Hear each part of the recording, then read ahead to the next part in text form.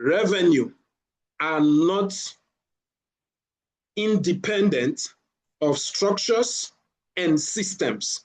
It is structures and systems that helps people to achieve revenue goals. Not by just saying, I want to run ad, not just by saying, I want to achieve 1 billion naira in sales, 2 billion naira in sales. Most of the time when we talk to people, especially for our companies, even when I talk to them, okay, I want to achieve 5 billion naira in sales. Now I look at, okay, when they say, okay, this is your target, we look at their structure. What is the structure of the organization? We look at the product structure even. We look at the sales systems in place, and most of the time we notice, okay, this thing you have, this goal you are targeting, you cannot achieve it. But let's still go back to the beginning. Now I'll ask another question again. How many of you, though you may not have achieved your last year goals, but you did better than 2024? Please indicate in the comment section. I did better than 2024. I did better than 2024. Indicate in the comment section. Let's do it fast. I did better than 2024. Indicate in the comment section. Okay, yeah, I did far better than 2024. All right, any other person? Let's do it fast. Let's do it fast. Let's be more responsive, please. Let's be more responsive. I did better than 2024. Okay, yeah. Now, please, let's keep it coming. We have about 28% currently in the meeting, so I need response. If some of you have been in my sections, you know that there are times I expect you to respond, and when you don't respond, the classes are always dull, and I teach little. Even when I told you that there's so much to be learned, I teach little. So I have my reason when I say you should respond. I like when I'm getting feedback, okay? So now going back to the question, I did better than 2024, okay? I did better, so I'm getting response of I did better. All right, that is great to know. Now, setting goals, right, is not also about saying I want to do 200 or 300 times better. Or, for example, what I'm trying to say is I have never done 50 million before, right? And I'm waking up all of a sudden. And apart from that, I've not done 50 million before. I have no structure. I have no system in place. And the next thing I'm telling you that I want to be able to do this year, my target is 2 billion. Okay, so such people most of the time struggle to achieve their goals.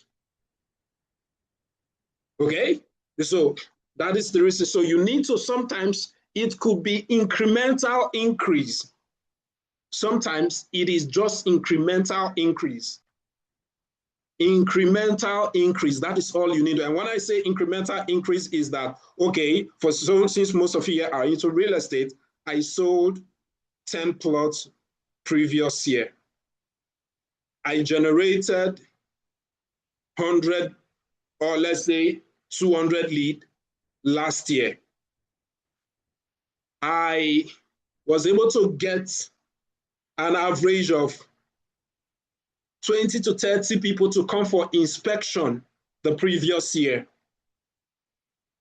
Okay, I was able to grow my social media handle because all these are things you need to set goals for. You don't just set only financial goals. You need to, okay, every time before now, every month, my highest post visibility used to get 100 views. This year, my target is to grow that by maybe from 100 to 500 or from 500 to 1,000 views. Every time I post, this is my target. And every time I run ad, this is also my target. And aside that, you also need to commit financially to it. Okay, so these are some of the things that some of you are lacking. So when you look back, I think this should be my last question before I move into the training proper now. The next thing I want to ask is, what did you notice that you did better than what you done previous year that gave you 2025 result? Especially for those of you that says I did better than what I did in 2024, right? What did you do differently? What were you not doing before that you started doing? What were you struggling with before that you did better? Let's say, for example, some people were not running ad before. Some people were not going out to share flyers before. Some people were not networking or attending networking event before. Some people have not attended trainings before. So maybe they were lacking certain knowledge that was making them not to be able to close the sales. Some people were not managing their social media handles before. Some people never had consistent content creation before. So what did you do last year that you weren't doing before that you believe that must have been responsible for your last year's success? Because the truth is that these are parts, or these are the beginning stages of things. The first stage of goal setting is reviewing the outgoing year. You have to review the outgoing year. You have to review your actions. You have to review your strategies. Okay, like we have somebody say, I ran more ad, did better with follow up, right? That is what you did better last year than previous years. Okay, so do we have any other person? Do we have any other person? Because the truth is, until you know what is responsible for your success, you cannot replicate it. That is one thing you need to take note of. Until you know what is responsible for your current success, you cannot replicate it. You don't need to celebrate what works. You need to celebrate what duplicates. I repeat that statement. You don't need to celebrate what works. You need to celebrate what duplicates. Anything that you did in your business and you cannot replicate it, which is what I refer to as duplication, okay? You cannot replicate it and you cannot duplicate it. They are not even the same thing. There's replication, there's duplication. Duplication means is that I was the one responsible for content creation last year in my organization. Now, I need someone else to also be responsible for content creation. And if someone else take over that method, that strategy that I was using to create content, if it does not work, it means it never do it. That means it did not duplicate. So you need to look at this model I am using so that it is not that it is because of my face. That is why this thing worked. It is not because of my name. This is TechBoss. That is why it worked. No, it is not because as a lady realtor you have a pretty face. That is not why it worked. No, that shouldn't be the case. Until you can get someone else, teach him or her that same pattern, that same system, that same structure, and that person is able to do the same, give you the same result, or if not better result than what you achieved, it means that method has not duplicated. Because only you cannot just be the general overseer of your business. You are the one that creates content. You are the one that does follow up. You are the one that does this. You are the one that did everything. You are the one responsible. Remember, you cannot scale. Okay, we have Wilfred say, I set up a 5-member management team for my growing real estate firm, which made us look more organized and helped customers trust us more. Okay, you can see he set up 5 members management team, right? So you can see that some persons, maybe before now, you were doing it on your own. Everything dependent on you. Because some people, what is lacking is trust. That is what is lacking. People don't trust, this one with this kind of business will be saying only him. And some of you, that is why I always tell some people, when I see some people, I tell them, please, you are the owner of your business. I know, please, can you not answer CEO? Because when I look at you, you are the CEO. I look at it that I have seen the end and the beginning of the business already. So I would not tend to value you knowing that you are the CEO. If there was someone, okay, you are just the marketing manager, which means there's somebody higher than you. It also go a long way to determine how much value and trust I place on the business. We are going to get into that, but not now. So we have people who say they were able to achieve their result. This one say, I created good relationship with every client that I got last year and was able and was also more aggressive with follow-up, okay?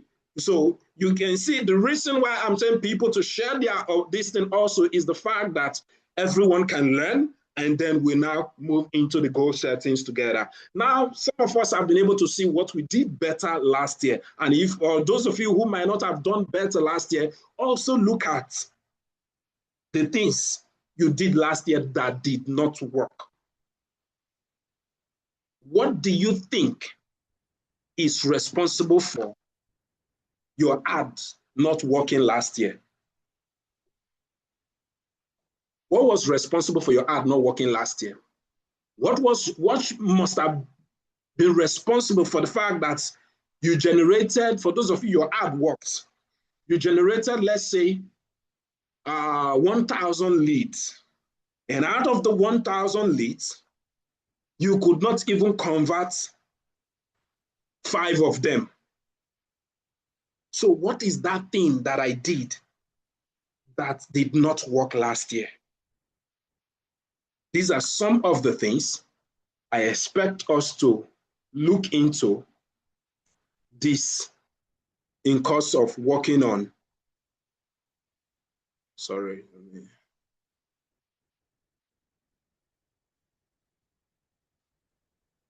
So, what are the things you did last year that did not work? What was your follow-up framework? Did you automate and the automation did not work? Or maybe this was your first time of automating. This is your first time of running ads. What did you do last year that did not work for you? What did you spend money on that did not work for you last year? Please indicate also. I ran ad, it did not work because I might just pick one, like some of you already know my way of classes. I might just pick one person and analyze that person in detail for you to maybe not to make that same mistake this year again. So let's see. What did you try? Some of us, we had things that worked, but we must have tried about 5 things, but only 2 worked. The remaining 3 did not work, but the 2 that worked gave you good results. Could it be that it is the method that is not good, or was it that it is the approach that you used? The strategy is good, but how did you execute it? Like some persons generate lead, and it takes them days to be able to do the follow-up. Days to do the follow-up. And that could be responsible or be the reason why your leads did not convert. Like I'm running ad for a lot of my community members, and few days, was it yesterday or day before yesterday, one of them sent me a very funny voice message. I don't know if I can play that.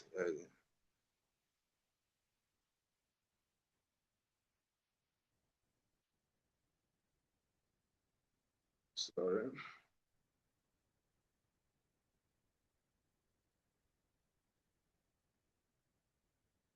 Boss, let me be sincere.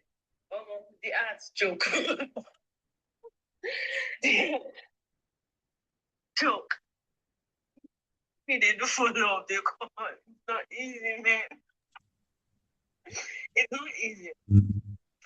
So, how do we do it in the sense that right now, this one Can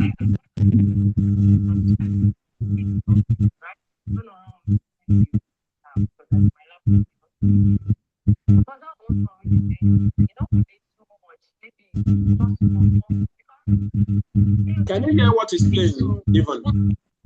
Can you guys hear what is playing? I'm actually playing a recording for you to listen to. Let me be sure you were hearing what I was playing. I was just playing for myself. Hello?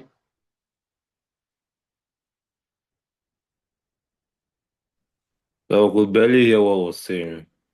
We didn't hear what the record was saying. Oh, okay, I get. On this one's way. Okay, let me join the meeting. Joke. You're this phone. Yeah, it's joke. Only me they do follow up the call. It's not easy, man. It's not easy. So how do we do it in the sense that right now? Okay, what the person was saying was that we just started the ad because of time. We just started the ad and she was saying that the lead is too much and was asking me, what should we do that I should reduce the rate at which the lead is coming in. And this is just, as at the time she was sending this message, the lead was still less than 300. Okay, so now, sometimes I reach out to her, tell her, I know it's like you're not following because there's something about response rate. There's something about response rate in advertisement, right? Response rate in advertisement. And response rate in advertisement, and especially on, sorry, let me mute this. This is the room. Okay. Response rates on advertisement, right? What it's talking about is if somebody send you a message on your ad, either Facebook or Instagram, how long it takes you to respond to that person, Facebook is calculating it, or the Meta platform is calculating it. Okay. Now, if you are quick to respond, right, it helps your ad productivity. Let me use that word. So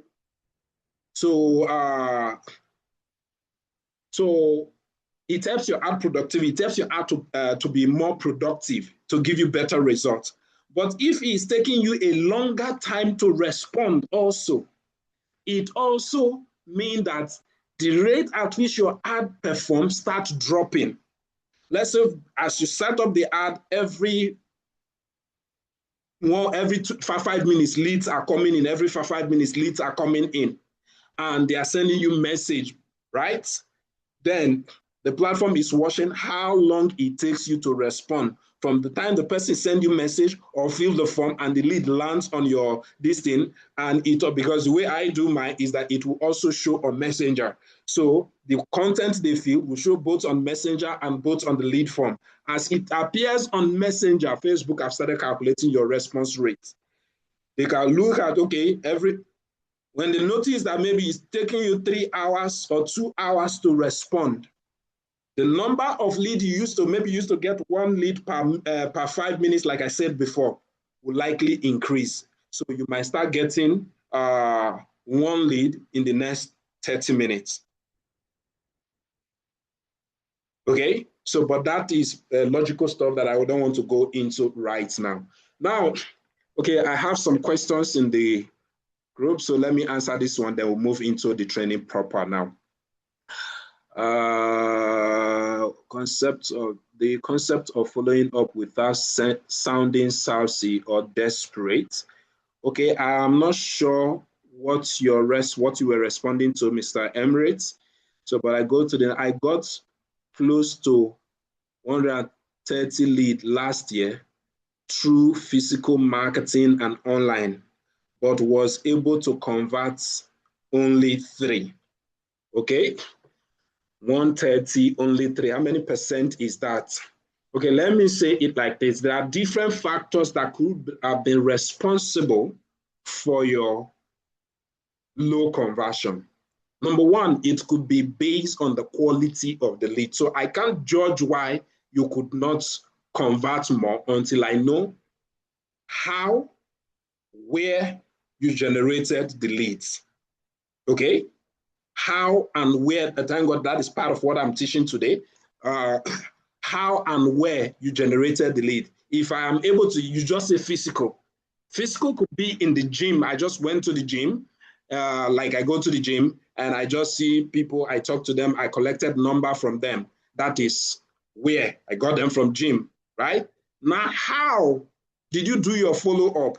Maybe after I spoke to them about, after exchanging contact at the gym, the next thing I start sending them my flyers. That might be your approach. I don't know, right? So that is why I say I can't really know, I can't judge or really explain why your conversion is that low. But at the same time, 130 lead both online and physical in 1 year is too poor. That is another thing. It is too poor. Let me make it clear. Okay. Like I'm telling you, this today is 11th, and as we speak, some of my community members have more than 300 leads in their funnel already. Your funnel is too dry, and that is why your pocket is also dry. Okay? So take notes. Then this person, Dozier asks, to get 300 leads, what kind of budget would be set aside? I can't really specifically tell, okay, this is the budget. There are a lot of things that are responsible for the amount you can spend on an ad. Okay? The health of, let's use Facebook and Instagram for as a case study, which is what most of you know how to use of. The health of your page, right, would go a long way to determine how your ad would perform. That is one. The quality of your content and the quality and number of your content will go a long way to determine how your ad would perform. Okay? So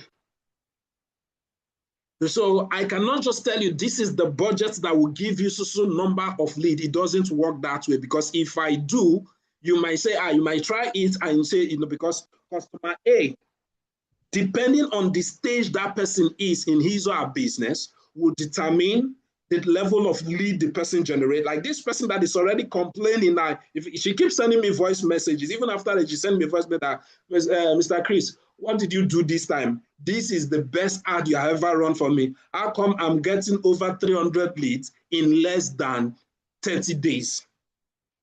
Okay. Now, like she is new in my community. This is almost a year now she's been in my community. So like I've always told some of you, it's a gradual process. You build precept by precept. You build one block at a time until you meet certain criteria. Like I was telling her when she sent me the question of what did I do different, like I was telling her, there's even a time I will generate 1,000 lead for her. There's a stage she will get to, or a level she will get to, I will generate 1,000 lead for her in 1 month. So the question is, what level are you? So it's not just about budget alone, okay? Like some of you know Madam MFK, whom I run ad for. Sometimes she will tell me, Chris, I want massive results. What is the budget you want me to? Sometimes we increase the budget. Some of you have budgets per day is some of you's budget per month. But I'm not saying that everything depends on the budget now. I have used 150K per day on ad with MFK. Some of you, for those of you who are in Lagos, Abuja, you should know MFK. Some for per day before, and I'm running that ad for 1 month. I've run ad for someone else who is using 200, 300 per day before. Okay? But that does not mean that immediately you increase your budget, it will automatically start performing well. That is not how it works. It will only increase your reach, but will not increase the lead. Okay? It will, when you increase your budget, it will talk about the number of people that will see the ad. That is what it will affect. The budget, that is primarily what the budget affects. The number of people that would see the ad. But the number of lead you are going to get is dependent on the quality ranking of your content. The quality ranking of your content, that is what will determine. So which means if all of you here in this class are running ad and you are targeting the same set of people, if we see this ad, if we are customers and we see this ad, which of them will entice me? Or if the platform, because the platform also rank them, when the platform rank them, which of them will they show first? That's quality ranking. It is the quality ranking. Two of you run at the same time using the same budget, or so one person might even be higher than the other. But that does not mean that that person's ad will be shown first. It is based on the quality ranking of your content that will go a long way to determine whose ad will be shown to the customer or to the target audience first. Okay, but that is not what we are here to learn today. Let's proceed, please. One approach that didn't work as planned in 2025 was outsourcing recruitment to an HR firm. Although we attracted candidates with strong initial passion, many eventually left after struggling to close early sales and realizing they couldn't cope with a commission-driven system. This is very critical, and thank you for sharing this, Mr. Wilfred. Now, this is what I'm going to say. Beyond recruitment firms, I will say this to everyone that owns an organization here. Your onboarding process is responsible for whether somebody will perform or not in your organization. How well a person would perform in your organization is dependent on your onboarding process, one, your recruitment process, two, and even your sales process.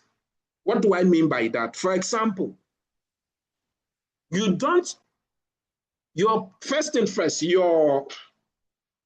organization must have a standard operating system. That is the first thing. Everybody that has an organization here, that is the first thing you must take note of. Every organization is expected, but not every organization have though. It is expected that all organizations should have a standard operating system. How do we run ad in this organization? Every step process must be documented. The ones that have been working for, this is the process we are using, this is how we run ad, and this is how we do it that works. Your content must have a standard operating system. Your follow-up must have a standard operating system.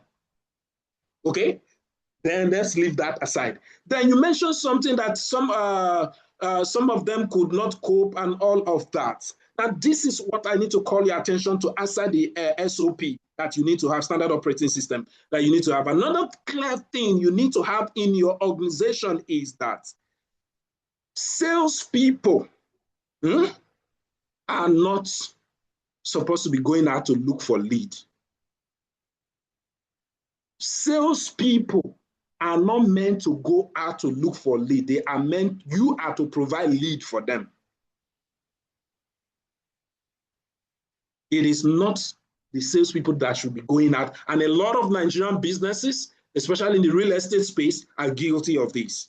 You employ somebody, you don't run ad. So where would they get the lead from? Is it their money they will use to run the ad to get lead? Or which means have you put in place? What structure, what system have you put in place to guarantee steady leads? Your media department, your digital advertisement department is responsible for feeding them with lead. Their work is to close. Whoever has a better connection to go out to get more lead, that is the person's own. But if you fail to do that, even if I give you a professional that knows how to close and he does not have lead, there is no closing. That is one. Then after a while, take notes. You don't build your organization around the people. You recruit the people around the organization. And what do I mean by recruiting the people around the organization? This is where I'm going to. So when you recruit, before you recruit people, okay, this is how we do things here. So the people come in, you train them. It is common in our software industry. If you work in a standard software company, right? the first thing you do is when you get recruited, I have been recruited into an organization for almost 3 months. I did not write a single code. Why? Because they were teaching me their method. Not because I was not a developer or a software developer where I came from. It was because they wanted to teach me their procedure. Why? Because there are a million or different numerous methods of software development. There are different principles of software development, and some organizations even create their own model, but still they were paying me salary. Okay, so that model help people to do well. In most bigger organizations, the same thing happened. When you join the organization, I'm not saying you must train somebody for 3 months. It could be just 1 week training. It could just be 3 days training. But the point is that you must have a system, and the only way you can train them is if you already have a system. Okay? So that is just what I would say concerning your process and all of that. But that is your comment is actually a topic that is to be discussed among employers in the system. But that is not a training for today. I was responding to the question you asked as to what challenge we faced last year, okay?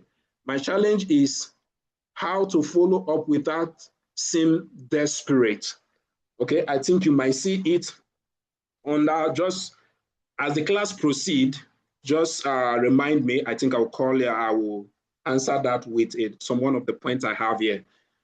So from her case studies, how much is she spending?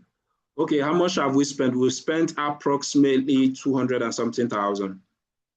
I mean, thereabouts. We spent 200 and something thousand. I'll be 300 and something thousand. I should think so. If I should open my phone, I should be able to see that. I think there are even about 2 of them. One person has, okay, that is even what I was saying. One person has spent, I'm trying to go through my ad account from my phone. One person I have spent 280,000. Another person I have spent 360,000. But each of them have gotten above 300 leads. Each of them have gotten above 300 leads.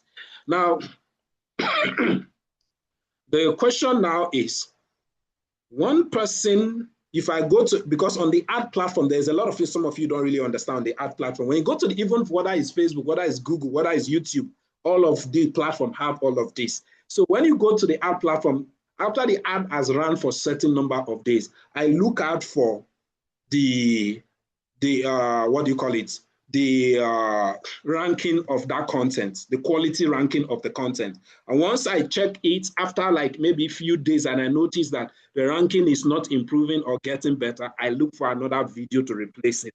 And that is the reason why, for some of you who know me, that, okay, Mr. Chris, whenever you talk to me about, I tell you, you need to provide me with at least 3 different content for one product. That is the reason. Okay? Well, this is not time to start going into that though, but I guess you understand what I mean. So, and this is not Nigerian lead. That's another thing. If I'm running ad, I'm targeting the US, Canada, and all of these. The average I always work with is 3,000 naira, 3,000 to 4,000 naira per lead. That's the average I work with. The average in the sense that sometimes it will come down below that, sometimes it will come down to 2,000 naira, depending on the quality, or that also would influence. Even with your budget, the quality of your content will determine how much they are collecting from that account for every one lead, the quality of your content. Because if my content is ranked higher than every other person I'm competing with at that moment, if my quality is ranked higher, right?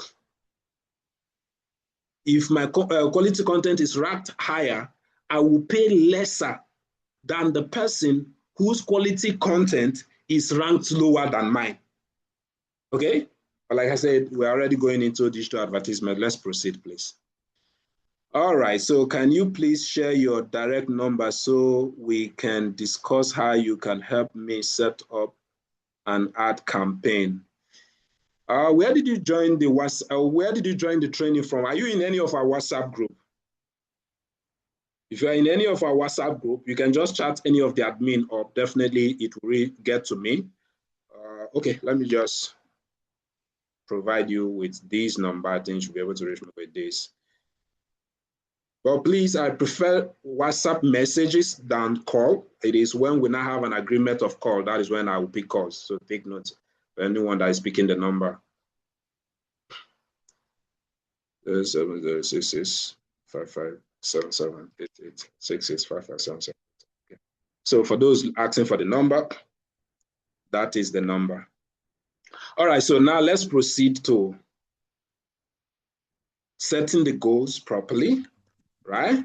As I setting the goals, then we now need to come up with a framework to achieve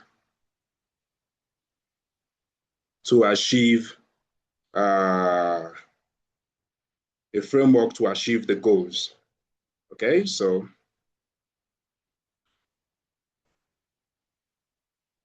all right, so when setting goal as a business person, the first thing you must take note of is that business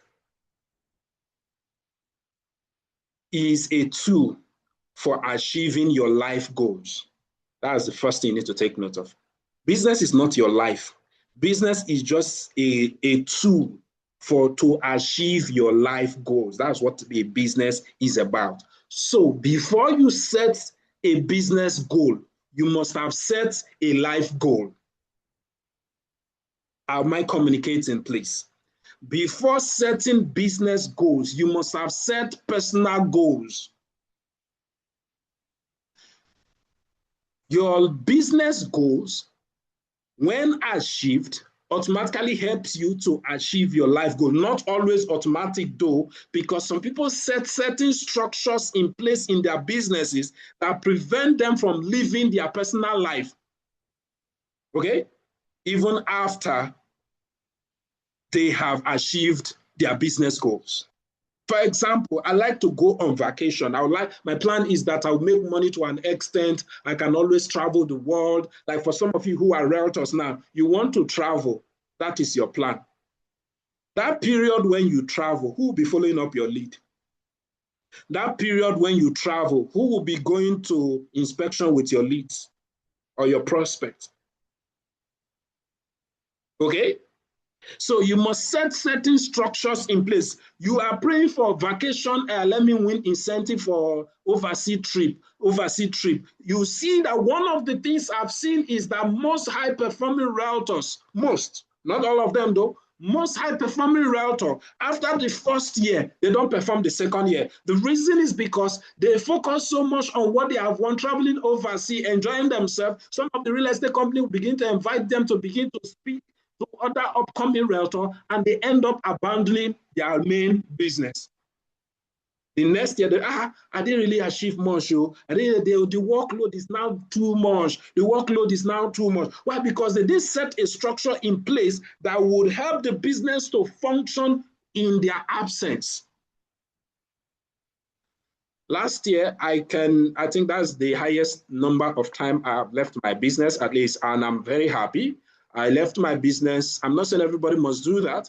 I left my business out of the 12 months of last year. I think I left my business for almost 8 months. I left my business, yes, for almost 8 months. I did not go to the office. That's the point I'm making. For almost 8 months of the year, I didn't go to the office. In fact, I was not even in Lagos, to talk more of going to Lagos. For 8 months, I was not in Lagos. I started the year by attending to most of my clients and everyone in Lagos for January. Then February, I was in Abuja. March, I was in Asaba. April, I was back to Lagos. I got to the office some days. Then I left. I never came back to Lagos again until the end of the year. So I can even say it's even 10 months that I did not get to my office. But I don't think, I won't say 100%, but I can say that 90% of my clients got their services attended to even in my absence. 90% of them. Okay, so that is, so now the point I'm trying to make is that, do you have a life goal? Do you have a personal goal? What plans do you have for your life? You need to write it down. And writing that down, personally, how much do you want to earn? Personally, you need to, that is financial goals. You need to set financial goals personally. You need to set, what do you call it? You need to set health goals. You need to set relationship goals. You need to set educational or self-improvement goals. Okay? So how many have I mentioned? You need to set financial or revenue, personal ones now. You need to set health goals, right? You need to set relational goals. Okay, relational goals. You need to set finance, relational, health, and so you need to set these goals for yourself. Okay, it is mandatory that you set these goals, so you don't end up a frustrated, successful businessman. Because there are a lot of successful business people who are frustrated. Okay? There are a lot of successful people who are what? Frustrated. So you need to set those goals so you don't join the frustrated people. So I will repeat the points again. You need to set, let me categorize them now, family goals. Under family goals, you have kids, siblings, spouse, parents. You need to set goals. And I'm going to explain them. Then you need to set religion or spiritual goals. Doesn't matter the religion you belong to, you need to set goals because there is power in spirituality. So you need to set spiritual goals. How often you pray, fast, meditate, read your holy book, whether you are a Muslim, Quran, if you are a Christian, the Bible. So, but the point is that no matter the religion you belong to, whatever thing you people read, make sure you set goal for that. Then you need to set health goals, exercises, checkups, dieting. You need to set these goals. And I'm going to explain all of them because they are very, very critical, please. Exercise, dieting, checkup, medical checkups. You need to set goals for those things. That is your health goals in general. You need to set self-improvement goals, certification courses, skills, and if possible, degrees. Okay? You need to set those goals. Then the last I'm going to mention now is business goals. Okay? Those are goals you need to set up. Siblings, how many people are you responsible for in your family that you need to attend to financially? You need to have meetings, you need to build good relationship with, you need to make straight, you need to empower. Kids, time you need to spend with them and all of that. So I will just rush this on because it's business goal, that is our focus. Okay, you need to set goals for that. How often do I want to spend time with them? Do I need to be going on vacation? Do I need to be reading with them? Do I need to be praying with them? So you need to, that is if you have kids, for those who have kids. Then for spouse, your partner, whether the person is already a partner or you are just dating, you need to start knowing how to set such goals now, not until you get married or stuff like that. Okay, so you need to know a time and bonding time you need to set. Parent, how you want to attend to your parents, how you want to take care of them financially, and you'll be attaching finance to them also. Because the truth is that some of you, the reason why you are struggling in your business is because of your personal life. You don't separate your business from your personal life, and that is why you're struggling. The money, the commission, let's say for some of you now, you made 10 million naira last year. Let me just make it small. 10 million naira last year as commission, as realtor. Let me make it very small. Now, out of that 10 million naira, you cannot really, you feel that the entire money, if you look at it, you and your family member are the people that ate the money. You and your family member ate the money and left the business that generated the money to suffer.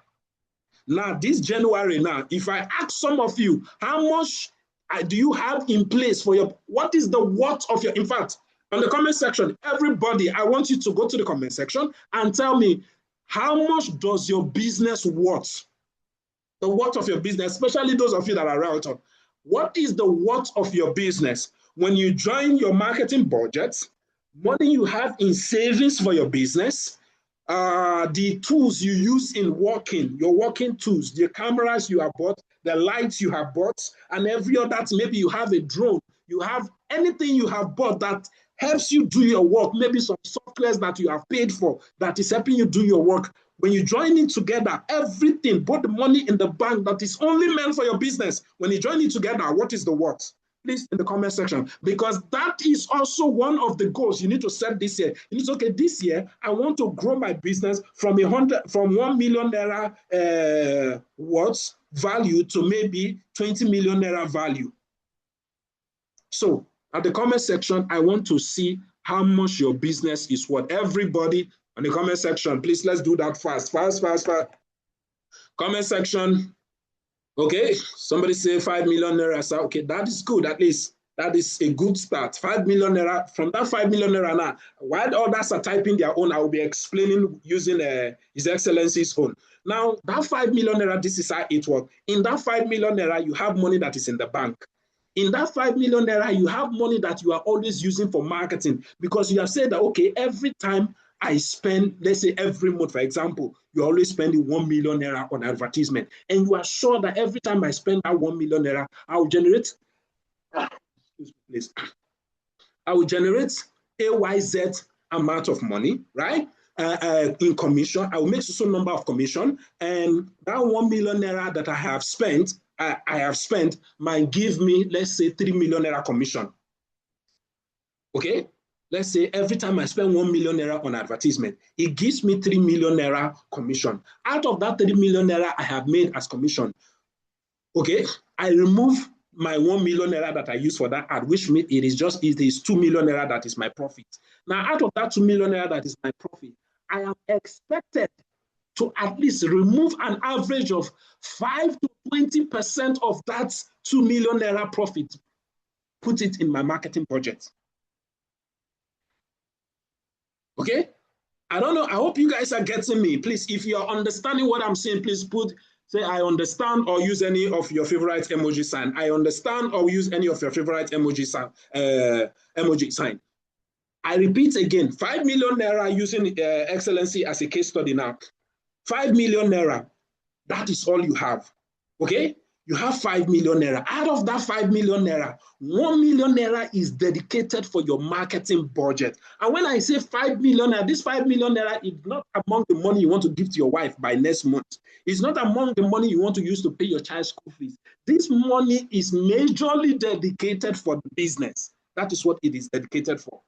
Only dedicated for your business. Okay, so this money that is dedicated for your business, so out of that 5 million naira, 1 million naira is mainly for marketing. Maybe other things are, some of them come out of that 5 million, some of them are coming in as an asset. Maybe you bought a new phone basically for the purpose of running, for shooting quality, clear picture, getting clear pictures and shooting quality video. Maybe that is what you bought a phone for. The worth of that phone added to the 1 million naira for your marketing is part of your business value. Maybe you have lights you use in sitting, that whenever you want to shoot in-house video, you have light.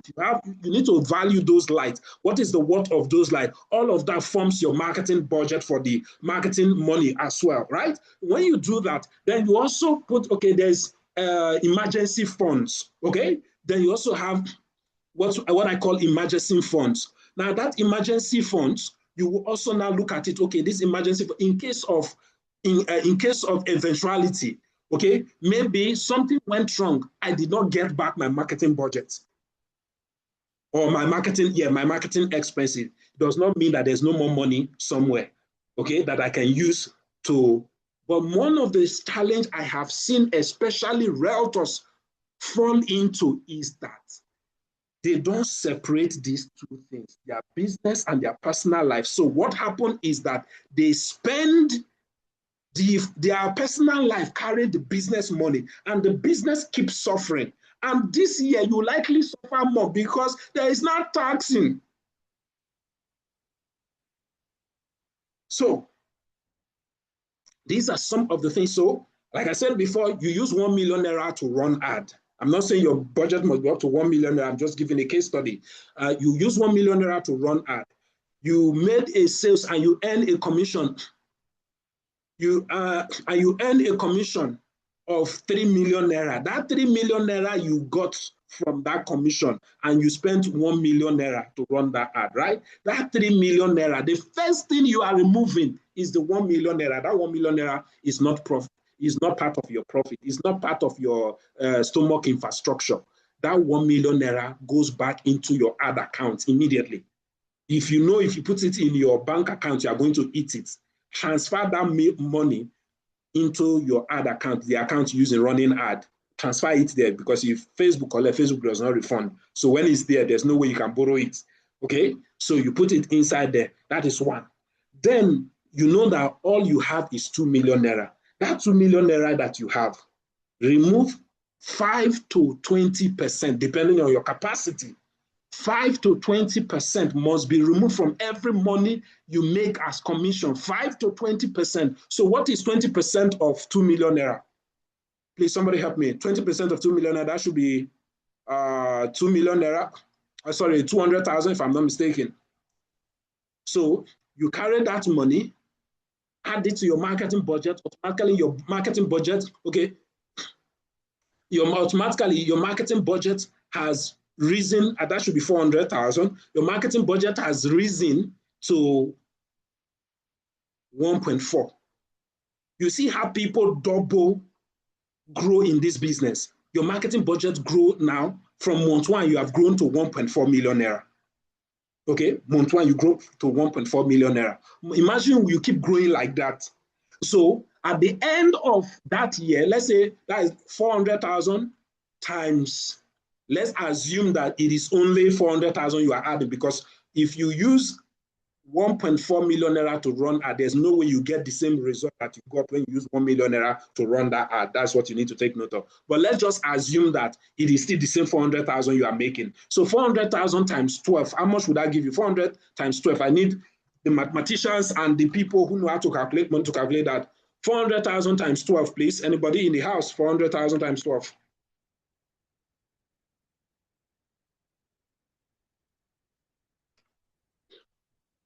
4.8 million naira. So imagine you started the year with 1 million naira marketing budget.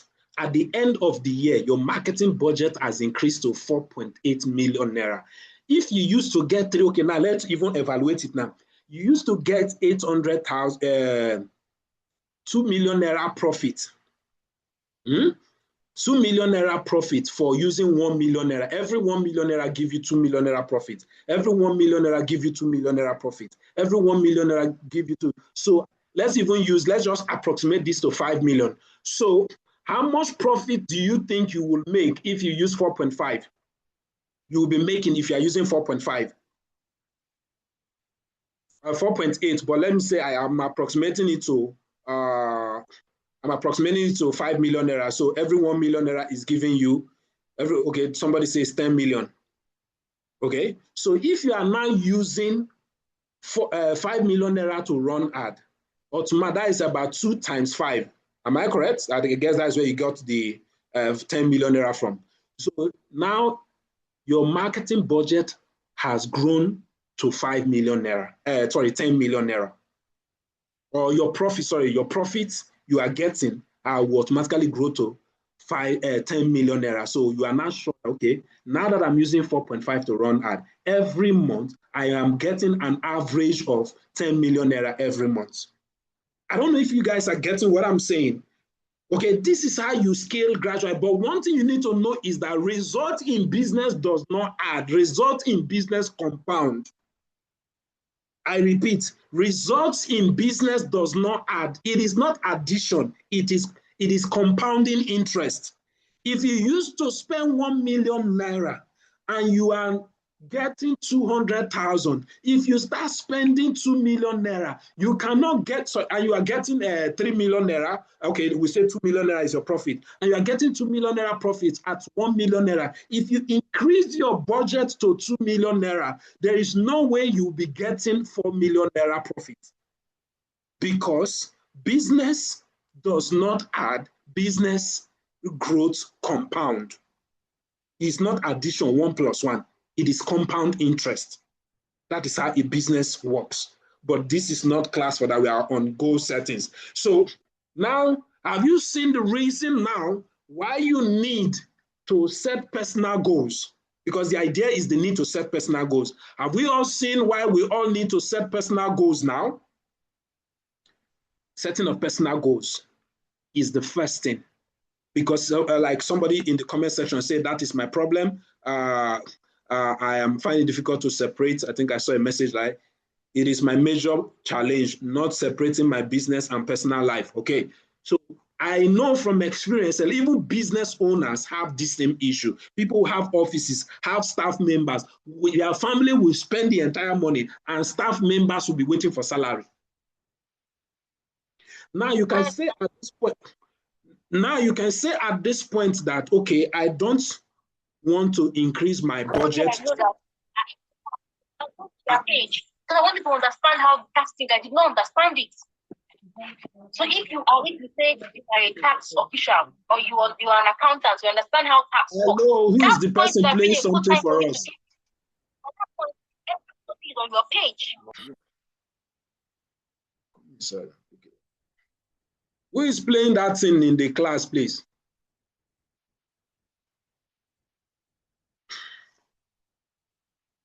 Okay, so back to what I was saying.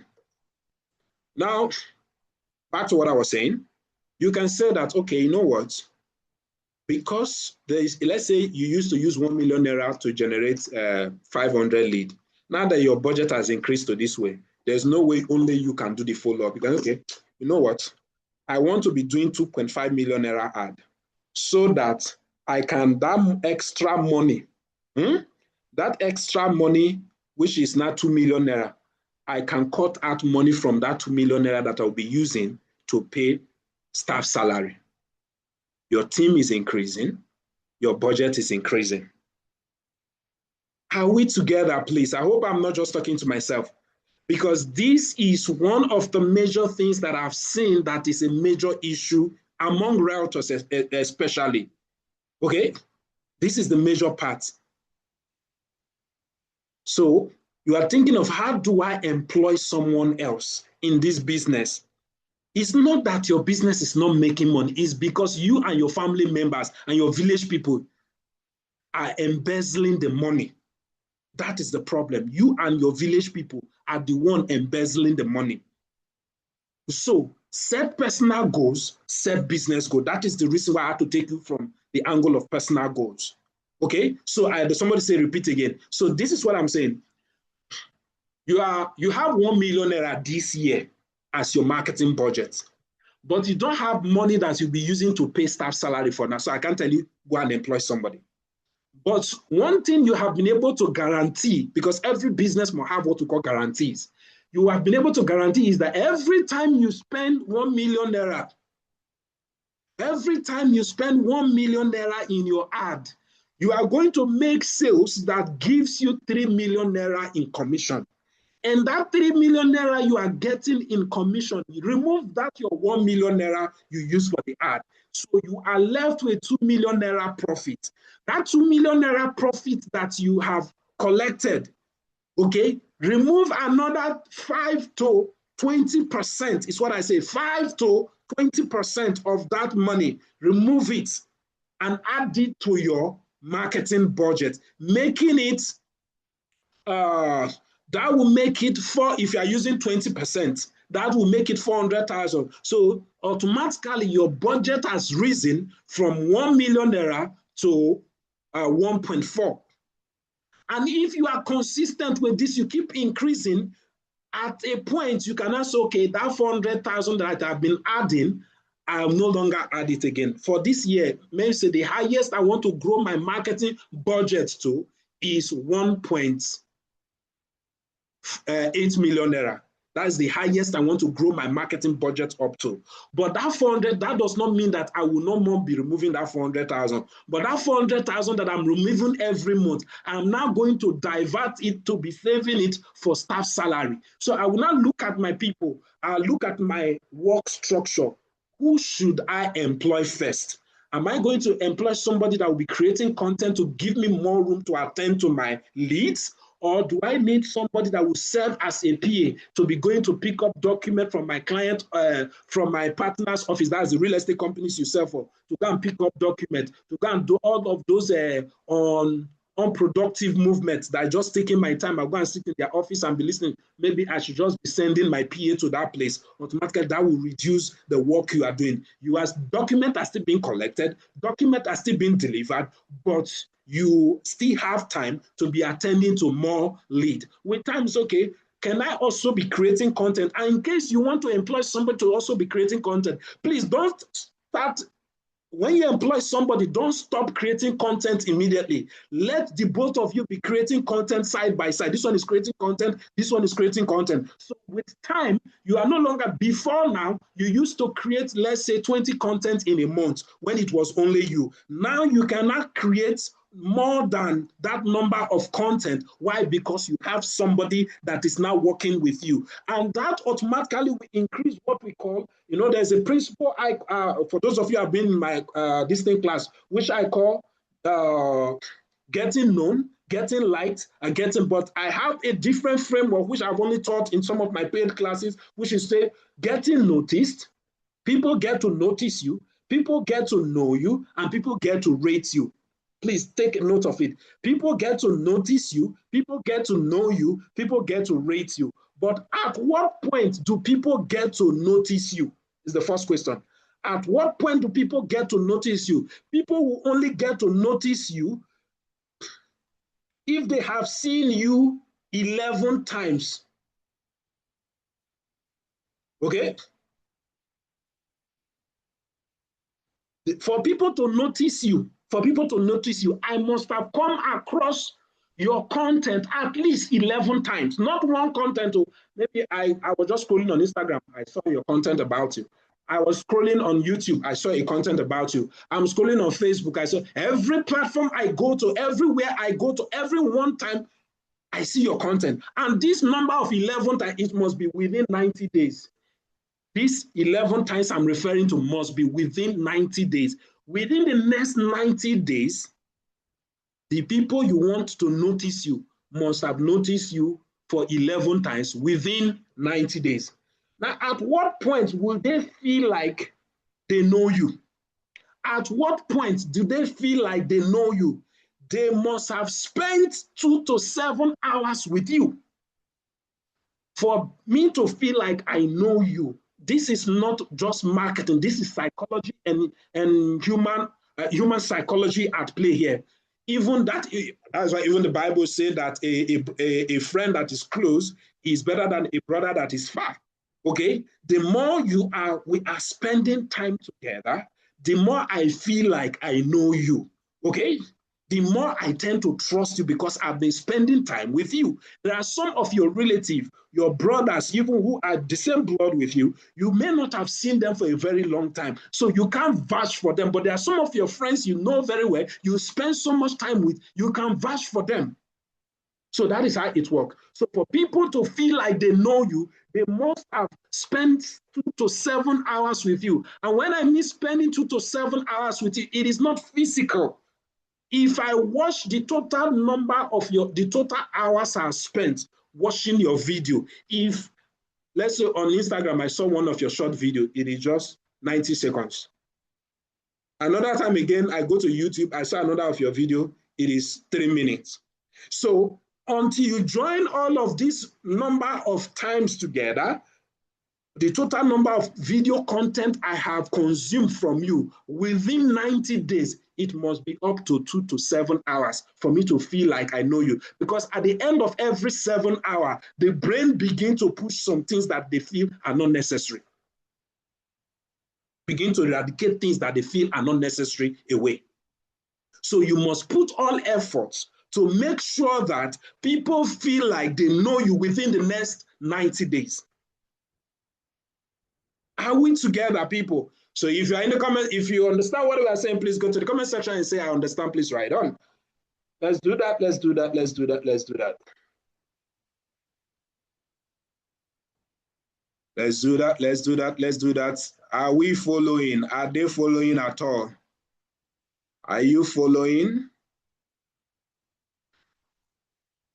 Let me know those that are following. Let me see those that are following. Let me see those that are following. Let me see those that are following. Okay. All right.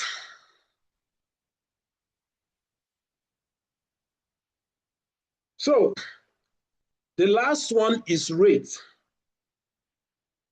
Rate is kind of, when I say rating, is like the kind of respect I have for this person. I kind of value, the kind of value I place on this person. Oh God, I respect this guy. This guy is good. This lady, anytime I will need property, now this guy, I go to think of this guy sabi work.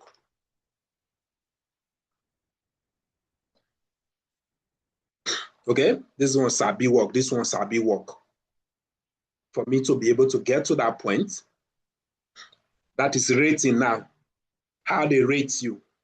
For people to rate you, they need to see you on 4 different platforms. For one to notice you, they need, to rate you, they need to see you on 4 different platforms. 4 different platforms. That is when they begin to rate you. Are we together? So please, let's not ask questions that will take me away from what I'm teaching. Today's class is all about goal settings. Goal setting. So I'm just picking different points that you need to set goals. So this year, you need to set goals about the number of people, how often people will notice you. How often, you need to set goal on how often people need to notice you. You need to set goals on how often new people need to know you. You need to set goals on how much value or respect people will place on you. That is what I call rating. Okay? So I'll give room for questions, but please, the questions should be directed to what we are learning. I know some of you have other areas of interest, but I might not cover everything like you want today, but please give that room for us to focus the questions. Yeah, for us to focus those questions on what we are learning today so that I don't go away from the topic and end up not concluding what we are supposed to learn today. The truth is nobody writes or teaches goal setting in one day. That is also another truthful part because there are areas to actually touch that you might not be able to touch within that time frame. But nevertheless, please, let's focus, right? Okay, that being said, so questions. This person, how do we follow up without looking desperate? That is actually not a question within what we are learning. Okay, go ahead. Somebody's asking a question. Good evening, sir. Good evening. Thank you very much for this session. I'm very particular about this business structure. So it's a very interesting session and you just got a lot of value. So you mentioned marketing budget, having a marketing budget. Then the part where you said you're talking about checking your structures and picking what you need. I didn't really capture that part. Is that supposed to be under Somebody's the talking in marketing your budget? background. I don't know if it is you. Somebody's talking in your background. I'm struggling to hear you, please. If you have to excuse yourself or something. Okay, sir. All right. Can you hear me now? Yeah, I can. Yeah. So I said the part when you talked about having a budget for each section of your business. So you talked about the marketing budget.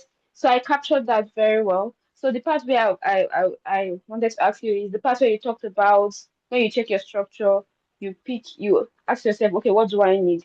Then you pick someone that will fill in that space. So is this supposed to be under the marketing budget? And that's Now, basically it. Okay, your business as a realtor, the most important part of your business is the marketing. Okay, let me put it like this. Every marketer, every realtor, right, is more either a single marketer or a marketing agency. That is how I prefer to structure or brand some real estate realtors. I prefer to brand them as a real estate marketing agency. Okay, that's how I prefer to brand them. So if you have grown to the point where you have staff members, you are an agency, right? But if you are just an individual for now, you are just a realtor, okay? A professional realtor. That is the first and first. Now, when you say you want to brand yourself as an agency, now what are the different departments that are needed in an agency? That is now the next thing you need to think of. What are the different aspects of running or different things you need to run an agency? That's now. So when you think of things you need to run as an agency, the thing is think at it from the angle of work and value. Okay, what are the different things I need to do? As a realtor now that you are, right? What are the different jobs you do? What are your daily routines you carry out? Number one, let me say you create content. And there are different categories of content you are supposed to create. Every realtor is supposed to sell the city. Every realtor is supposed to sell the economy. Every realtor is supposed to sell the product, and every realtor is supposed to sell themselves. I repeat, every realtor is supposed to sell their cities. Every realtor is supposed to sell their economy, the economy of where they are located. Every realtor is supposed to sell their economy, and every realtor is supposed to sell themselves. So I think I mentioned 14. Sell yourself, sell the city, sell the product, and sell yourself. Sell yourself, the city, the product, and the economy. Okay? Now, when I say sell the city, for example, I'm currently in Asaba. Now, for example, a few days ago, I was driving down to Ibuzo with Pep, and on the express, we noticed that they have started constructing the Asaba Bini Expressway from the airport when going towards the Kuka roundabout area. They have started construction of the road. And she told me to wind down. She made a very simple and harmless video. From the window, she was just videoing the people that were working on site on that place. While I was driving gradually, she videoed them, just like hardly a 1 minute video. She edited it, added some sounds, and just added a caption about the infrastructure, how infrastructures can boost the real estate of a place. And the road is one of the major infrastructure that can enhance real estate. So wash out the Asaba, and blah, blah, blah, blah, blah. She posted the video, if I'm not mistaken, around 4 o'clock. As at 9 a.m., she is having almost 20,000 views on that video. Now, with inquiries,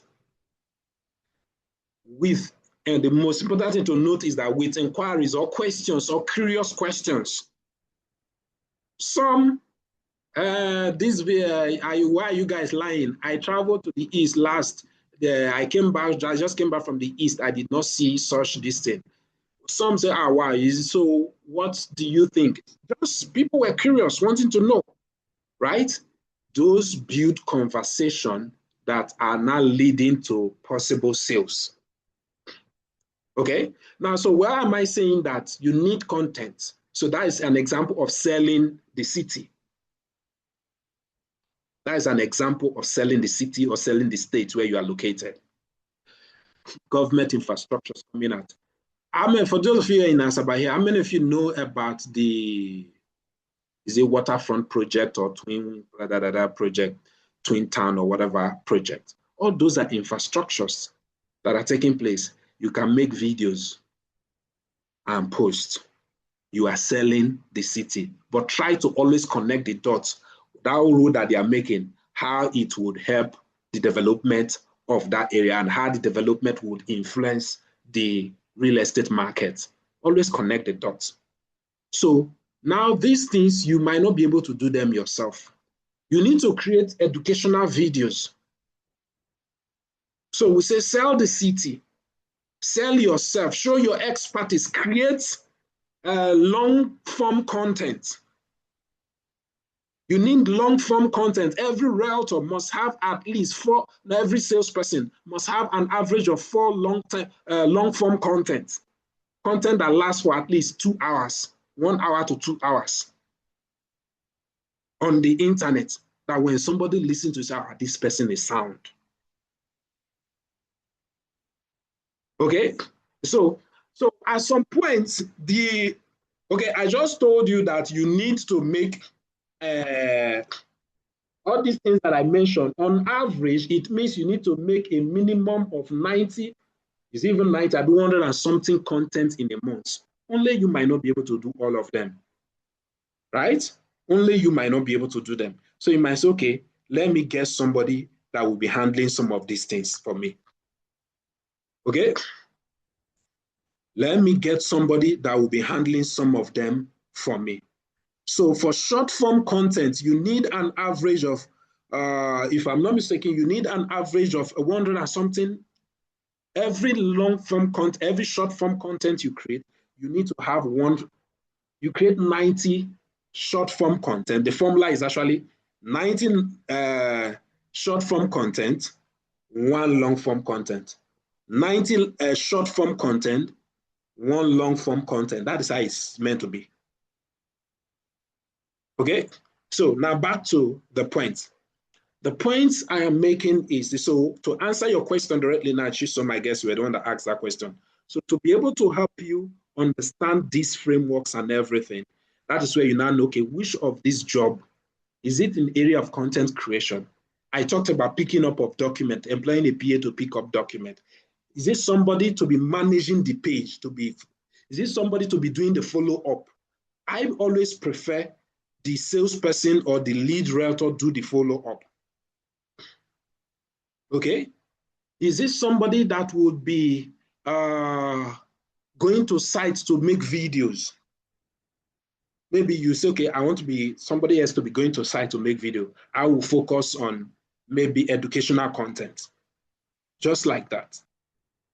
Or is it the video editing? Okay, I'm the one that shot the video, I'm the presenter, but someone else should edit the video for me. Or is it somebody that will be writing the caption, social media manager? So there are different things you can employ people for, but you will be reducing what you do gradually, not automatically, not once. You'll be reducing it gradually from the areas of less importance.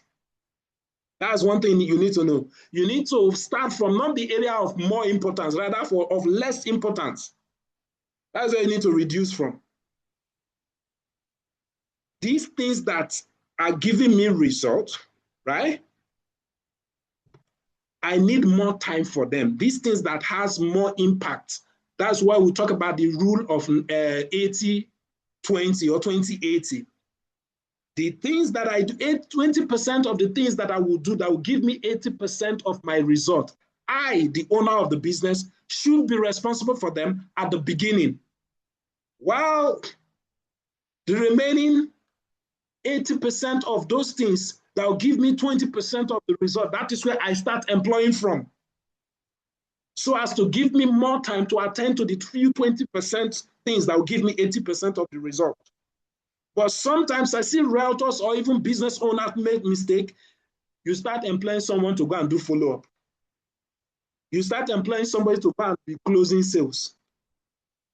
And all of a sudden, after you employ a person, one more, you used to get sales on your own, but after you employ a person, you abandon the follow-up for the person and start thinking of moving around to do other things. At the end, sales stop coming. Since I employ somebody, sales has dried up. No, that's not how it's supposed to be. All right, I guess that's all I can say concerning your question. Any other one? Any other question? Yes, sir, please. Thank you very much.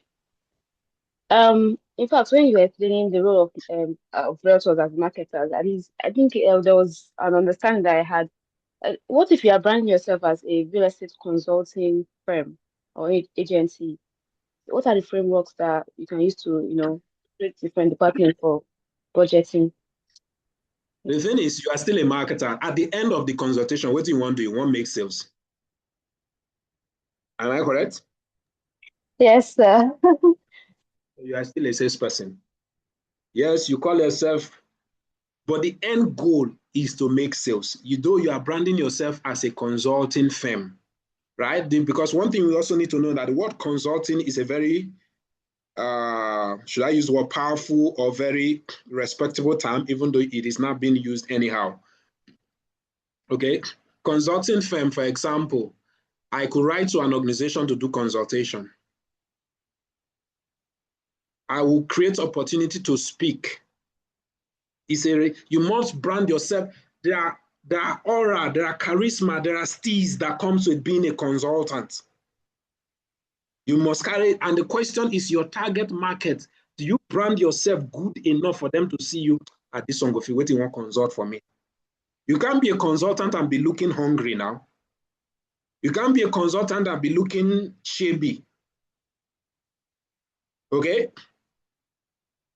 So unless you have attained a certain height or you have a certain kind of mantra. I'm coming from the tech industry, so I believe I can dress anyhow. That is me. I would wear a shirt and go to my client's office because I'm a tech person first before a business consultant. So I use tech solutions and technology strategy to help improve people's business. Okay? So because of time, let's proceed. Any other question from someone else, please? Not from Chisom. Chisom, if we keep Chisom, keep asking questions. Any other person has a question? So now, at this point, I will assume there is no question, so I move to the next phase of the class. So how do we follow up without without looking desperate? Like I said, that question is actually something, okay, let me just attend to this, your question. How do you follow up without appearing desperate? First, who are you following up and how did you get to meet that person? These questions sometimes are not straightforward or does not have straightforward answer. Okay? If you meet somebody,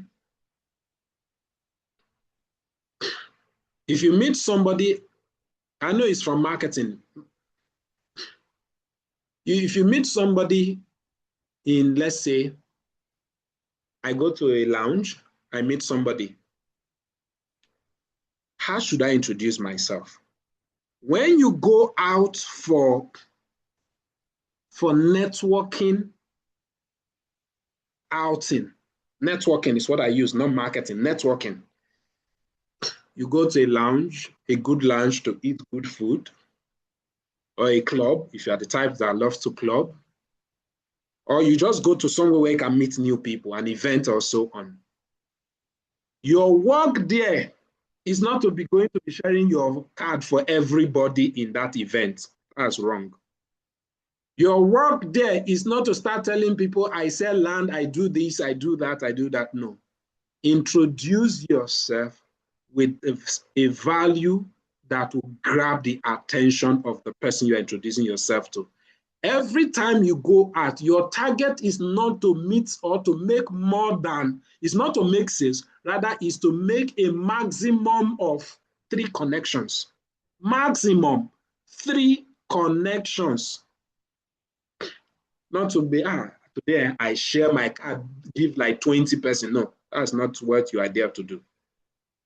Make connections of maximum of 3 persons.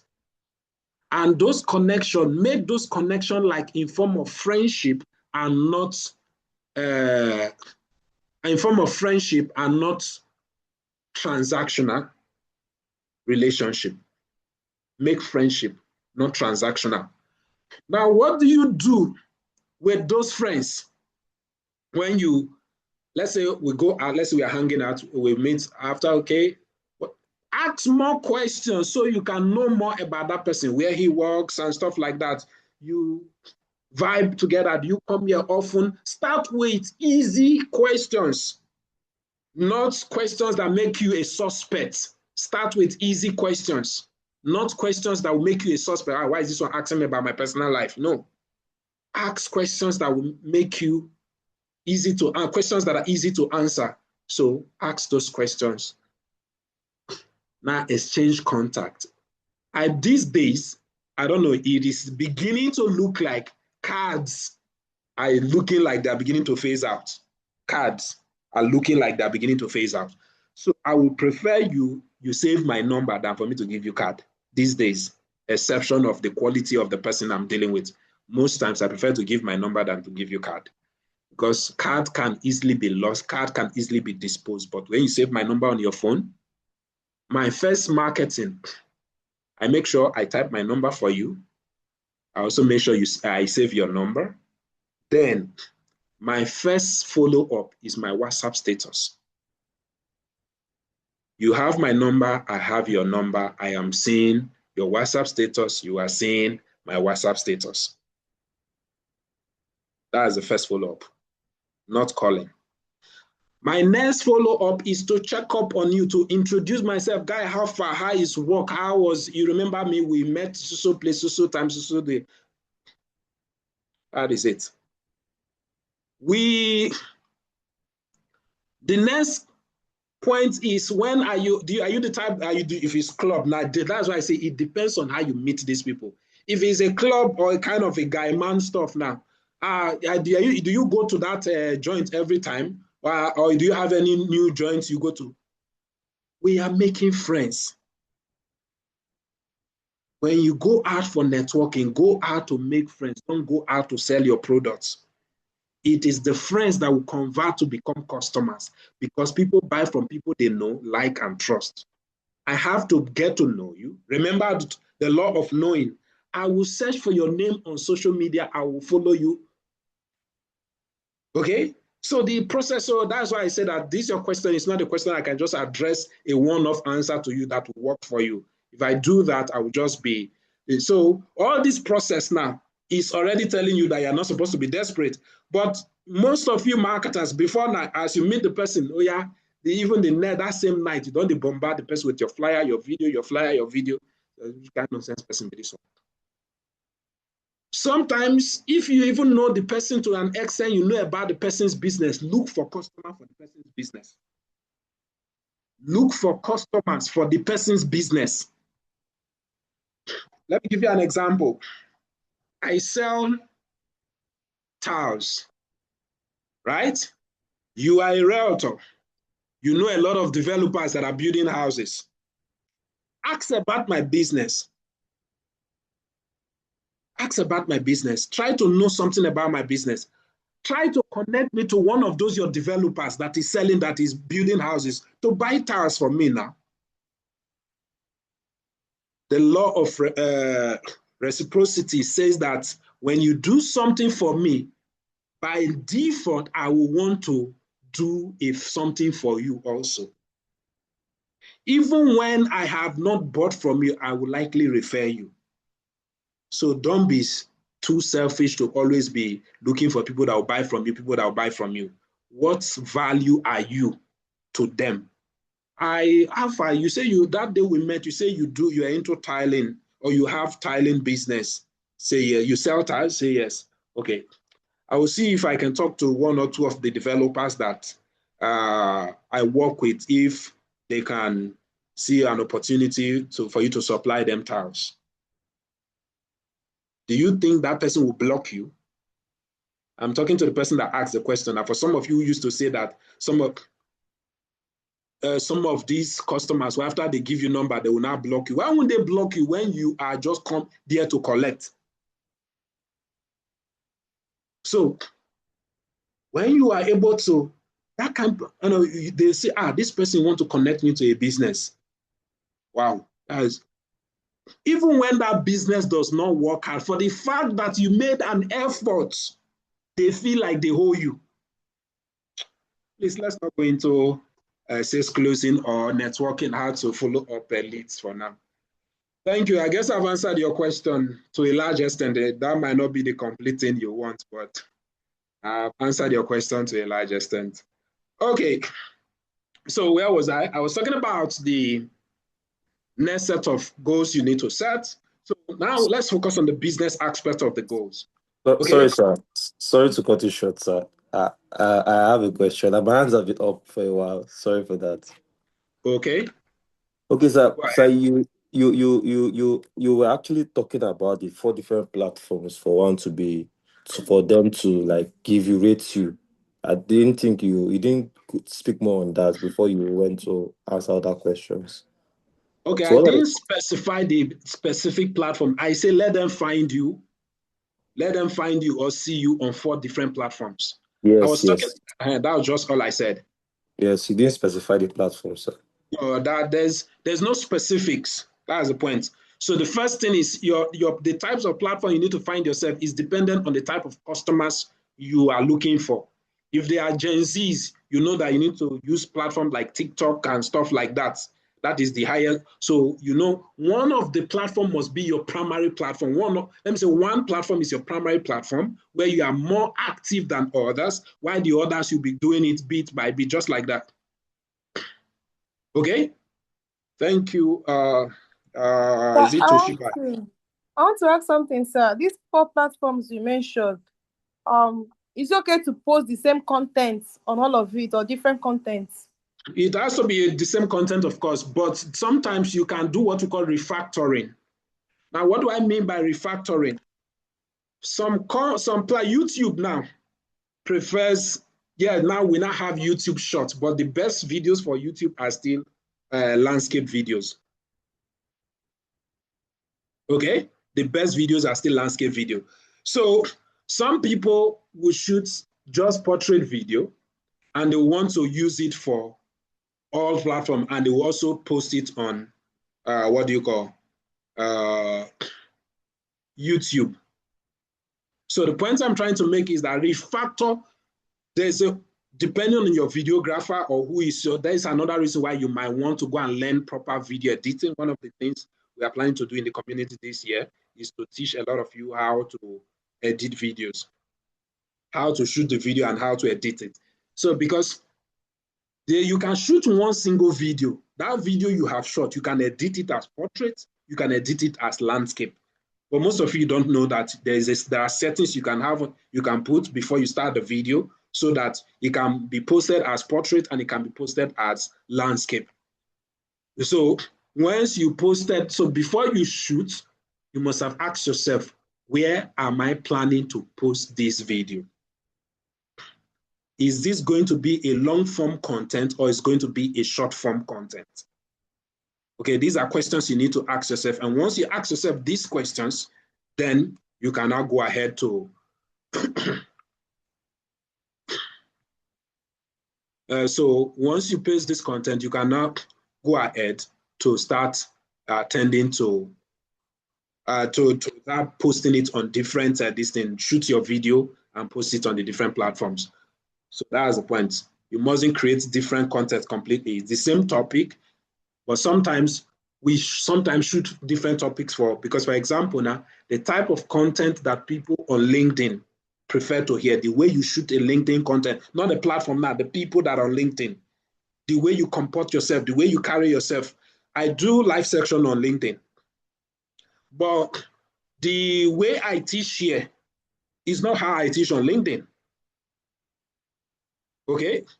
The topics I teach here is not what I teach on LinkedIn, but at the end, it's still driving, though my community on LinkedIn is kind of different because I consult for tech startups. Okay, so that's just it. So you can post the same content, depend on the whole strategy and all.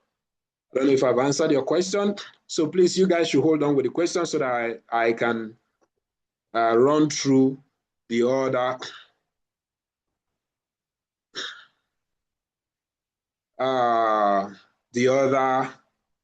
areas. I was talking about business goal settings.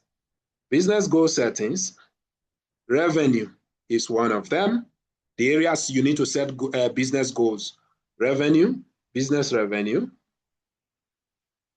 products and services goals, customer goals, marketing goals, sales goals, right?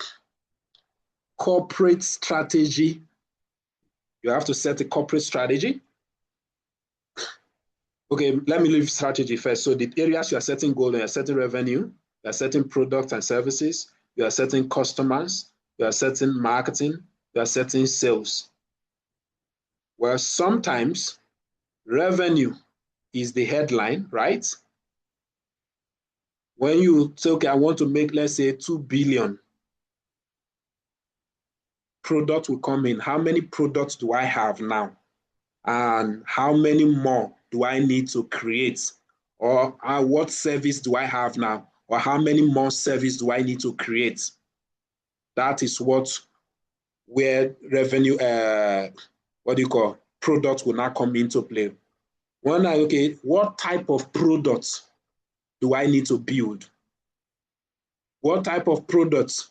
Like I've been telling those of you in Asaba, some of you realtors seems to have given up or are almost giving up with the real estate market in Asaba, and so that I'll just look at you and I laugh. Problem come, all of you run. When you were eating the commission, some of you forgot. Now issue come, most of you don't jack back.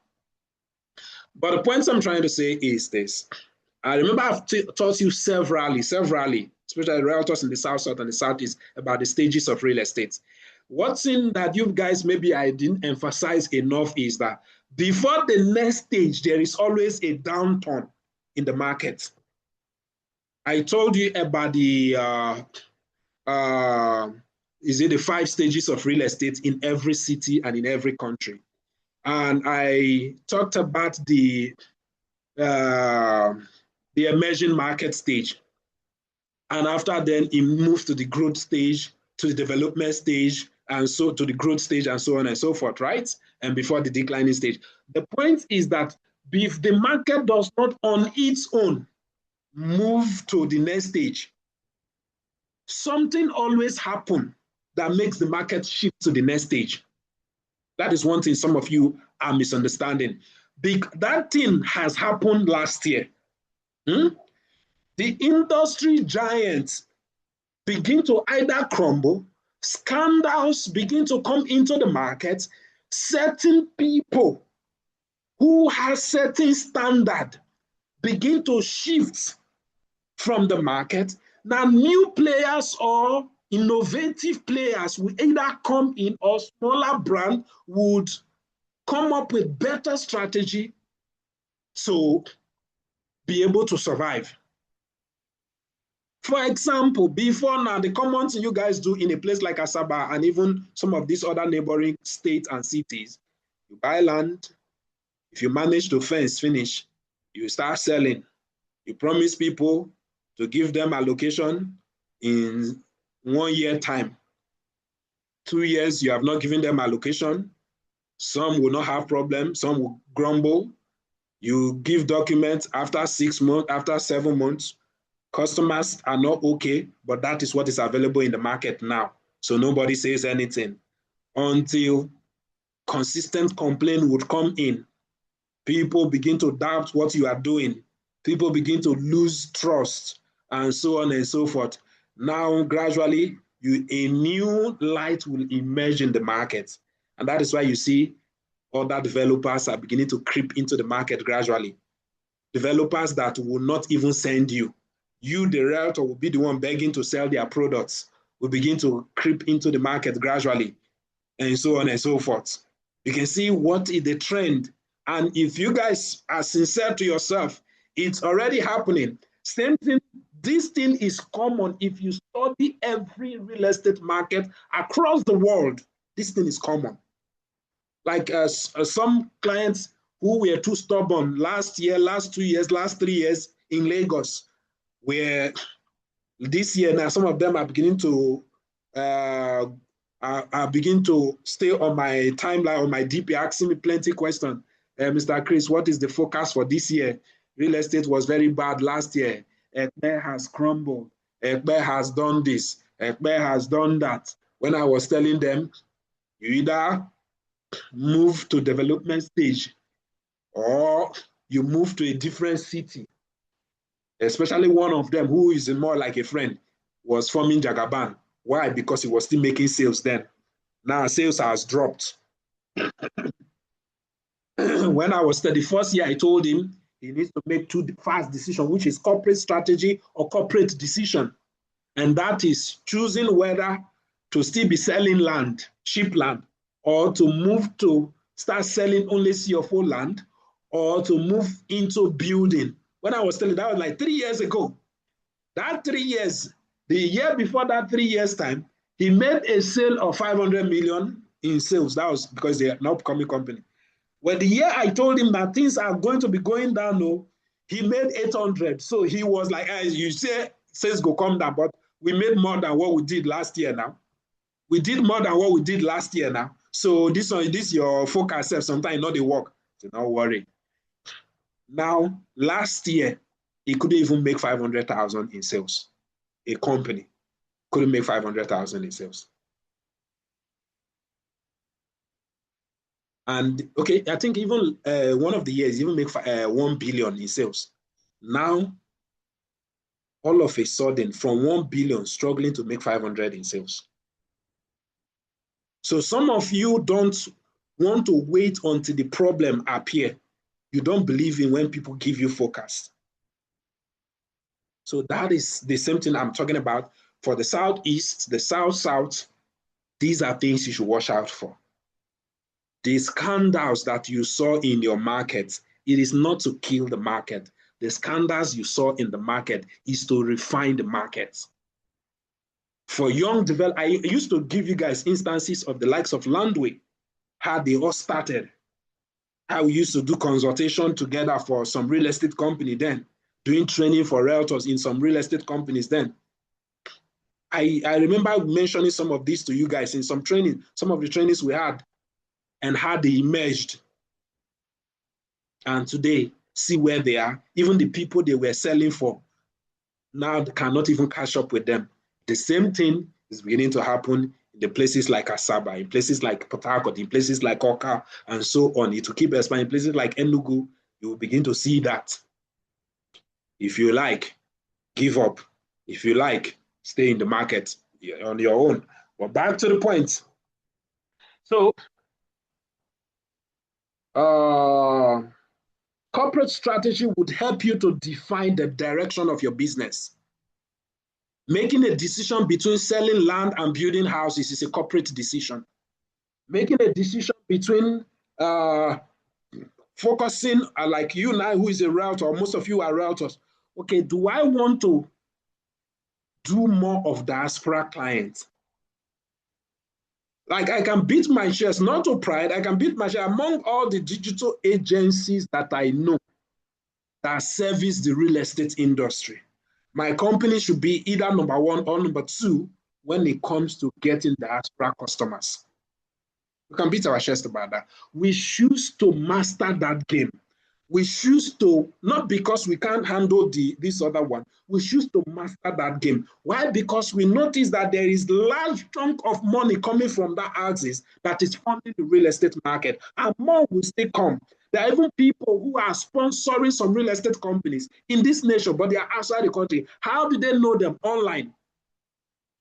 So we decided that I have 2 businesses, real estate businesses in Lagos, that the clients that we got that buy land are now the ones sponsoring their business through partnerships.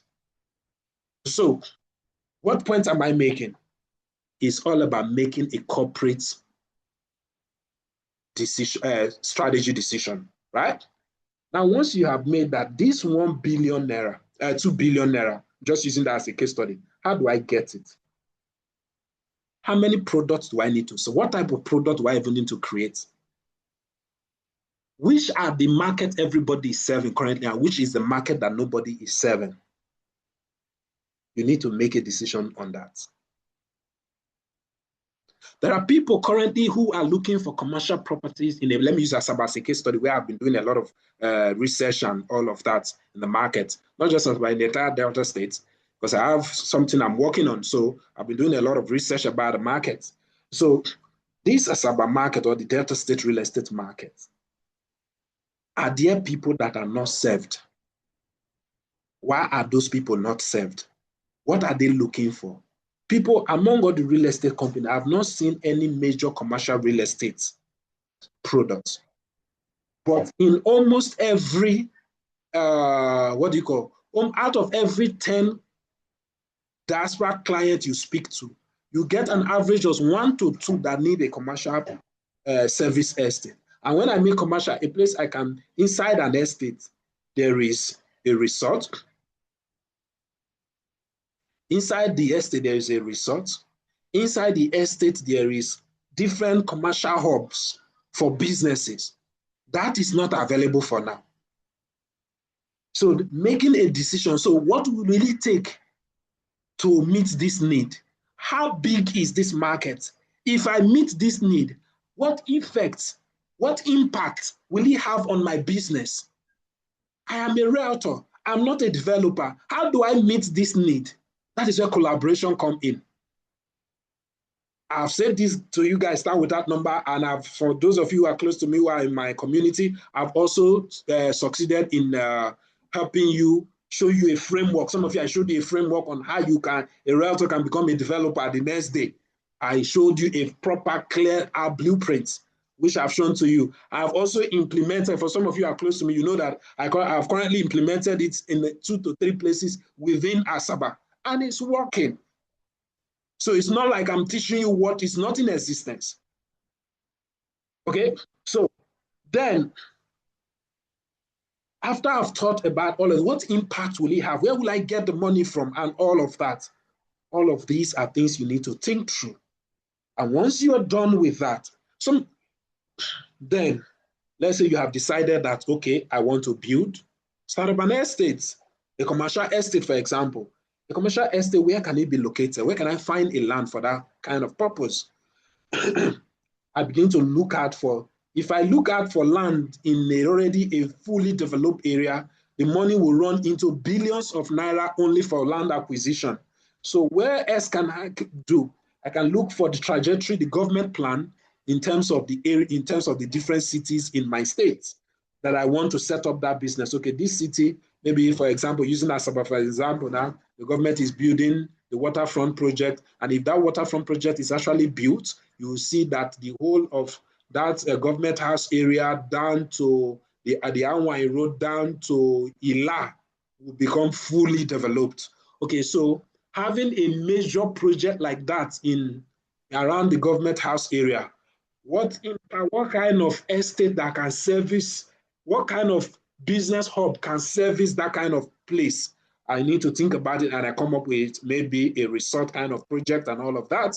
Then I draw my master plan and I make my plans and set up my stuff. I might not have the money before I plan. That's another thing you need to think of. So when I'm done with that, I look, okay, what's the budget? How long? What will be the timeline? What are the partnership I need to get? What are the investors I need to get? I need to sort all of that. All of that is part of corporate this thing, and the product is designed. You design the product, but you don't necessarily have to build it immediately. You have to design the product on ground. So that is where product comes in. Now, once I know my product, how do I sell for the high net worth people, or do I sell for the low income earners? That will also determine even where I get the product and all of that, and the type of product.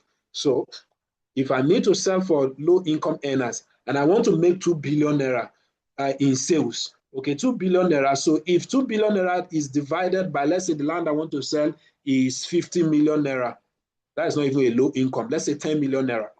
So 2 billion divided by 10, please, I need your cooperation. I need calculation, speedy one for that matter. So I need a response. 2 billion divided by 10 million. What will you get? I need responses now. 200 million.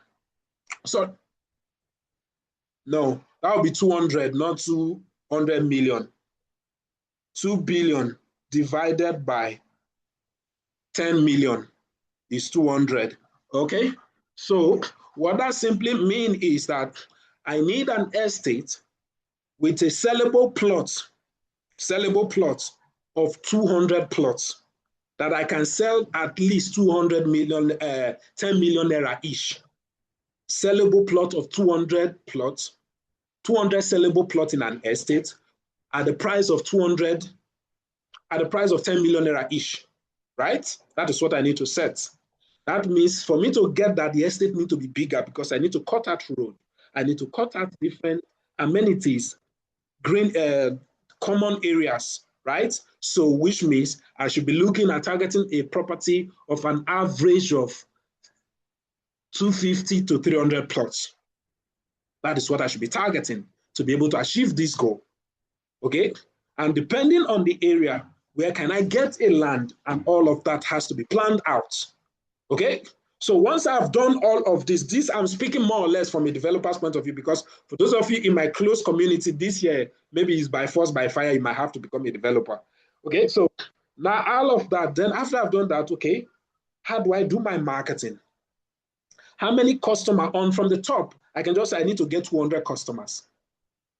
Buy one plot will give me 200 this thing. Buying one plot will give me 200 customers. Okay, so I need 200 customers on average. So if I need 200 customers, now I'm going into the marketing aspect now. If I need 200 customers, how many leads do I need to get to give me 200 customers? Now this differs from organization to organization, from person to person. Your closing ability, the quality of the leads you get, all of this will go a long way to determine the answer to this question. Okay? So after saying that, then customers are, so if in, okay, using that brother that says he got a 150 lead, I is it 300? You mentioned 150 lead, I think, be 130 lead, and you close 3. To get 200, how many do you need to get? Is that person still in the class? You got 130 leads. You were only able to close 3. So how many leads do you think you need to get to be able to close 200? I need response. It might not be from that person alone. 2,600. I'm not getting what some of you are. I'm seeing 2,600. I'm seeing 200 minus 3. Remember, you are looking for, it will even be more than 5,000. The leads are going to be plenty because, okay? So now, let's assume it's just 6,000 leads. Yeah, let's assume it's just, let's use the highest figure. Let's assume it's 6,000. Let's assume it's 6,000 leads. If it is 6,000 leads, and I just told you that I spent, let's say 300,000, 350,000, and I had 300 leads. 350,000 times 350,000 gave me 300 leads. How much did one lead cost me? 350,000 gave me 300 leads. How much did one lead cost me?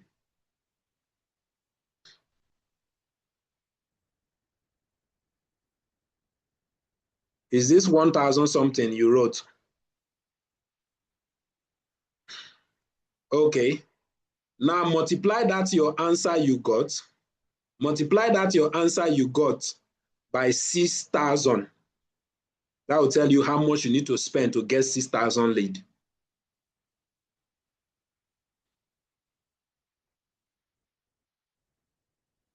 ₦7 million, right? This is for lead generation. Awareness is not there. Engagement is not there.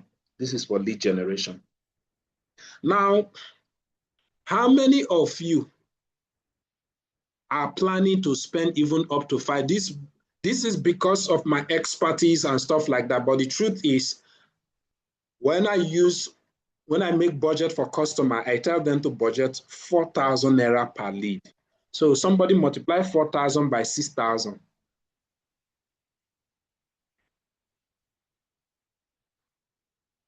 That is what I tell them to budget. One lead at 4,000, which is the average I told you about.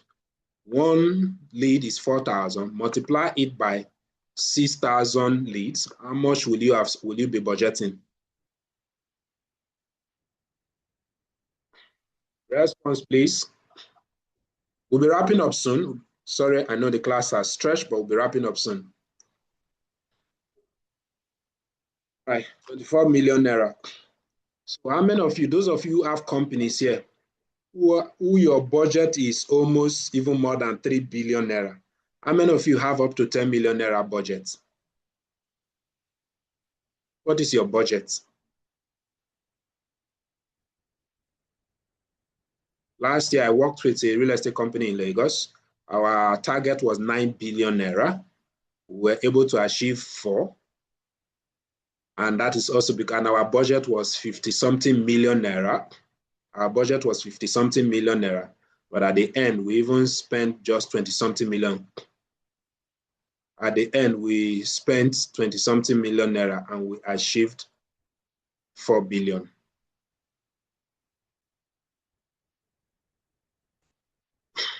So I ask again, how many of you can, or how many of you, your budgets, I know there's a common question I used to ask whenever I teach this class, which is your marketing target, but we're still going to teach that in another class, but I just want to set up a framework and a background for you before. So where are we? So we now know the number of leads we need. We know the number of leads we need. We know the number of customers we need, right? Now, yeah, we also need to know the number of content we need to create. We need to know how many followers we are, but in your marketing campaign, you need to set up what is your number of new followers you want to be generating every month. The number of, new lead, we've talked about this, so number of followers, number of lead, visibility, total visibility every month. So you need to have all of this in place. So all of this should be in your framework. Okay? So this, it was only for lead generation. So at the end, plus or minus, to achieve this 2 billion naira, you should be spending an average of 50 million naira to achieve this 2 billion naira. For a business, a young business that has not gotten the visibility already. That is, if you have not gotten the visibility already. But if it's a business, because part of the budget will go into lead generation, awareness campaign, engagement campaign, both online and offline and stuff like that. So the question I now need to ask is, how many of you have a structure like this in place already? I just need to mention 1 or 2 more things that we'll be wrapping up for this class. I'll be also telling you what we'll be learning in our next class, which will be next Sunday.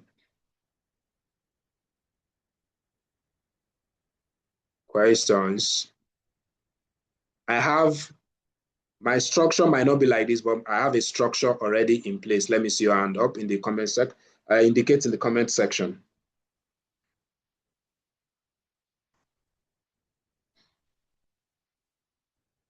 So you see,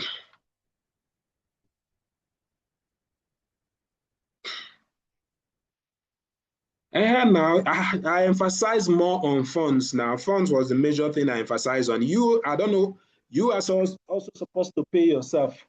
So out of that 2 million naira, right? I already told you, we use a case study of 3 million naira commission, removing, and you spent 1 million naira in advertisements or in marketing in general, everything you did that gave you that money, right? but I mean, give you that sales, I mean. You remove the 1 million naira you spent. Now your profit inside is 2 million naira. In that 2 million naira, I said you should remove 5 to 20%, depending on the one you feel you want to remove. Was 10% of 2 million naira? We're using 20% earlier, but let's go down a little. Let's say 10%. 10% of 2 million naira should be around 200,000, if I'm not mistaken, right? So with 200,000 added to your marketing budget grow from 1 million naira to 1.2. So you have 1.8 million naira to spend. That 1.8 million naira you have to spend. At this stage, you don't have, you don't have an employee. This is an example that you don't have an employee. So the major money you are spending. So out of this money, you now also need to pay yourself. You need to pay yourself. Until you start learning to pay yourself, you struggle to pay staff if you employ somebody. If you don't learn to pay yourself while you have not employed someone else, you will struggle to pay somebody when you employ the person because you will not be used to the system. So start paying yourself. So you now also need to decide how much do I need to pay myself from this 1.8 million naira. Let's say we remove 400,000 naira for yourself. Okay, so this is how you break down the money gradually into different things. Savings for the future. Let's say you save another money again. That savings could be 10 to 20% again, or 5 to 20% again, depending on how much you feel you want to save. You can maybe save 200,000 somewhere for in case of emergency. Just like that. I don't know if I've answered your question. So the framework that will give you any result you are looking for, right, is LAPS. L-A-P-S, LAPS. L-A-P-S, LAPS is a framework. So L stands for lead generation. A stands for appointment. P stands for presentation. And S stands for sales. That is the full meaning of LAPS. If you can follow this framework to the core, which is what I'll be teaching in detail. Like I said when I started, most things that I used to teach for private classes as paid sections, I will be teaching them for free this year. At the beginning, no, it's not going to be everything. It will get to a point of the year, I will stop teaching free classes. So take all the opportunity you can get now. Labs, I mean L-A-P-S, labs, where L stands for leads, A stands for appointment, P stands for presentation, and S stands for sales. You already know what a lead is. Appointment, most of you don't. When you follow up lead, your intention of, though I will also tell you things that should come before lead generation, but your intention of lead, right, of talking to a lead is not for him to buy. Your intention of talking to a lead is the first set of messages is to get him to book an appointment. The final, after appointment come presentation. Presentation, which you in brackets you can also call consultation. Yes, that is it. Thank you. Which you also call consultation. Like Chisom Ashigon, you want to be a real estate investment consultant. The question is, these two middle points are your measures, should be your major strength. Appointment and presentation. Appointment and presentation. Those should be your major points. You can allocate lead generation to somebody else, But appointments, even appointment to an extent can be given out. So you either choose to give appointments and presentation out, or you give lead generation and appointment out and focus on that. I don't know if she's still here, she's on, and you focus on presentation and sales. The other ones can be delegated. So that should be the framework. That should be the framework. So questions as we come to the end of today's sections. Jesus, it's been long I talked for this long, I'm tired. So questions.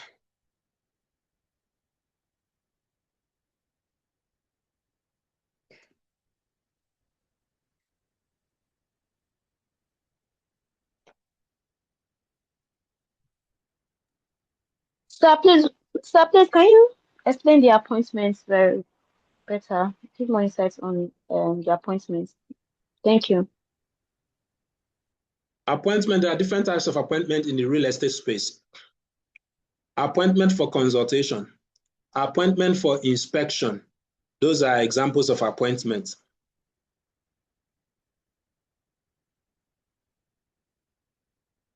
Okay, those are the appointments, different examples of appointments you can get.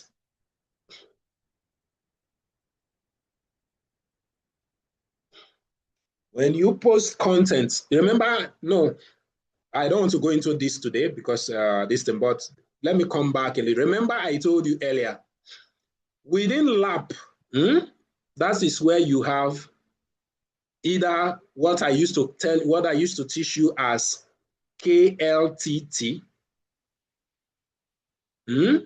or now a little bit reframed into NKR.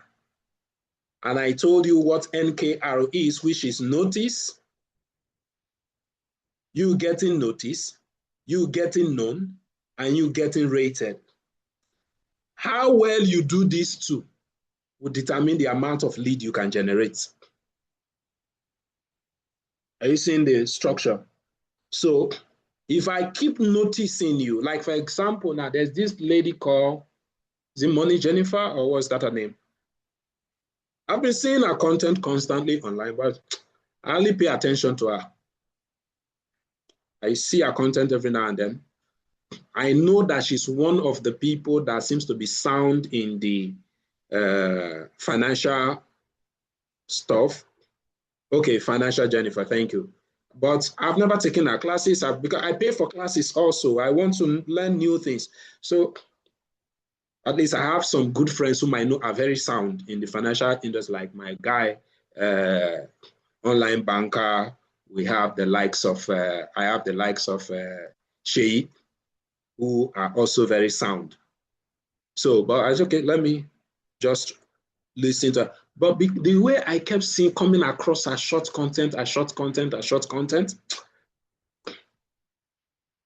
okay, let me even know more about this person. I've been noticing her. Then I started making efforts. Okay, I want to know more about this person. Now, to a large extent, I can say I know her, but I've not rated her yet. I will rate her after attending her class. Okay? But one thing I have done is that I have carried out investment already. And when I mean investment, some of you think investment is only money. In business, time is also an investment. Time. This thing you had, all of you that are here, you have invested 2 hours of your time, if not more than, to be in this meeting. That is an investment.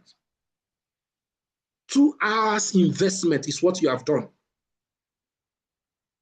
Is an investment. So at the end of this investment, if you did not get value, you will not come back. The 90-second video you posted is that the person that is going to watch that video is an investment the person is making.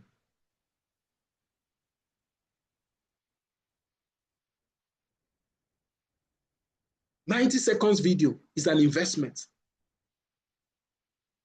So if you did not, after having noticed you, and the investment of time with which I used to notice you, the time I invested to notice you, if I don't get value from that investment, I will not go the next phase with you.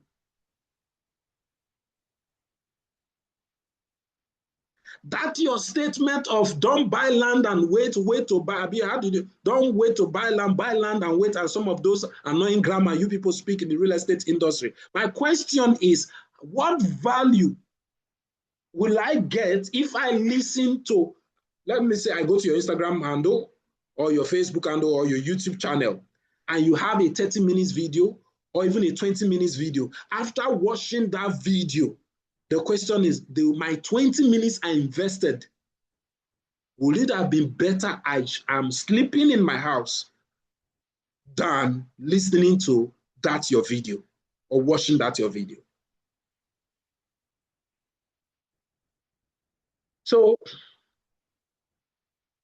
these are the things. So there is a lot to talk about, but we can't finish everything in one night, all right? So like I said, we'll be having another class on, we'll be having another class on Sunday next week, same time. The flyer will also be posted on the WhatsApp group. Come early, one, invite somebody to the class, and the more people are in the class, the more I teach. You guys are not even up to 100 today. You were just 40 something in the class. So you already know I'm a big stage or big audience speaker. The better the number of the people in the class, the better I train. So, because at least it gives room for different perspective, people from different locations and people having different problems, and to be able to address their issues better. Okay? And we'll be working a lot, doing a lot of legal aspect of real estate this year. Like I said, I'll be moving some members of my community, pushing them, forcing them, if need be, to really becoming developers, no matter how small it is this year. So get ready. Any other question? I'm waiting for question. If there's no question, we can call it a day. We have like 3 more. I'm ending the class 10 on the dot. So if you still have question, ask your question. But if there's no question, that will be all for today.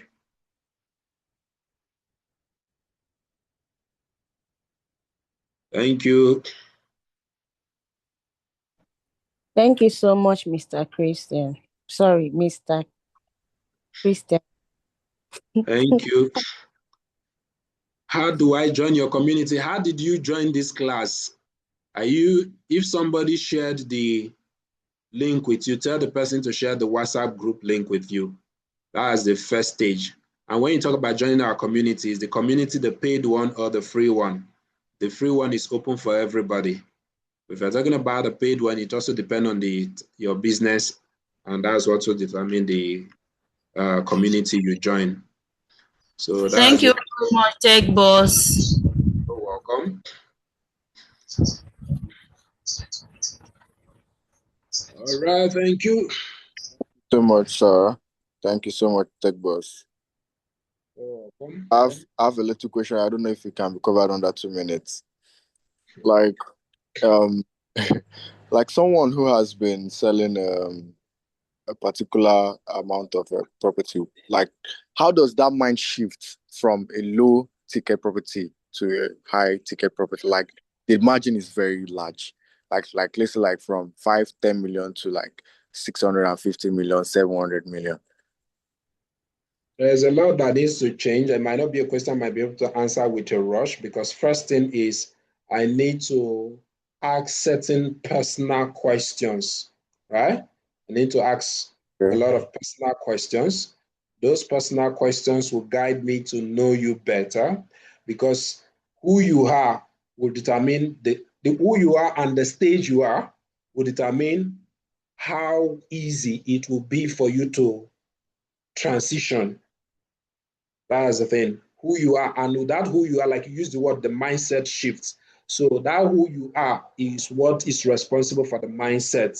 So if there are kind of trainings I would recommend for you to attend, kind of associations I would recommend for you to attend. If you need to do a complete rebranding of both your physical person and your social person, talking about even your social media handle, what you post, how you post, you can't be using, you can't be selling, you can't be using don't wait to buy land and wait slogan to sell a 600 million naira property.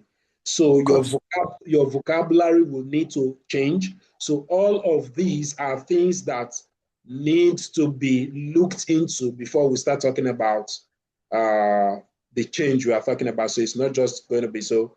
If it's something you as a person really want to do, I would advise you shout me up. It's not a question, but that might take us even 30 minutes and above to ask questions before we start talking about how to fix it. All right, I'll chat you up, sir. Thank you so much. I really deeply appreciate it. You're welcome. All right, so at this point, we can call it a day. This is 1 minute past 10. Thank you for your time. God bless you, and do have a lovely weekend ahead.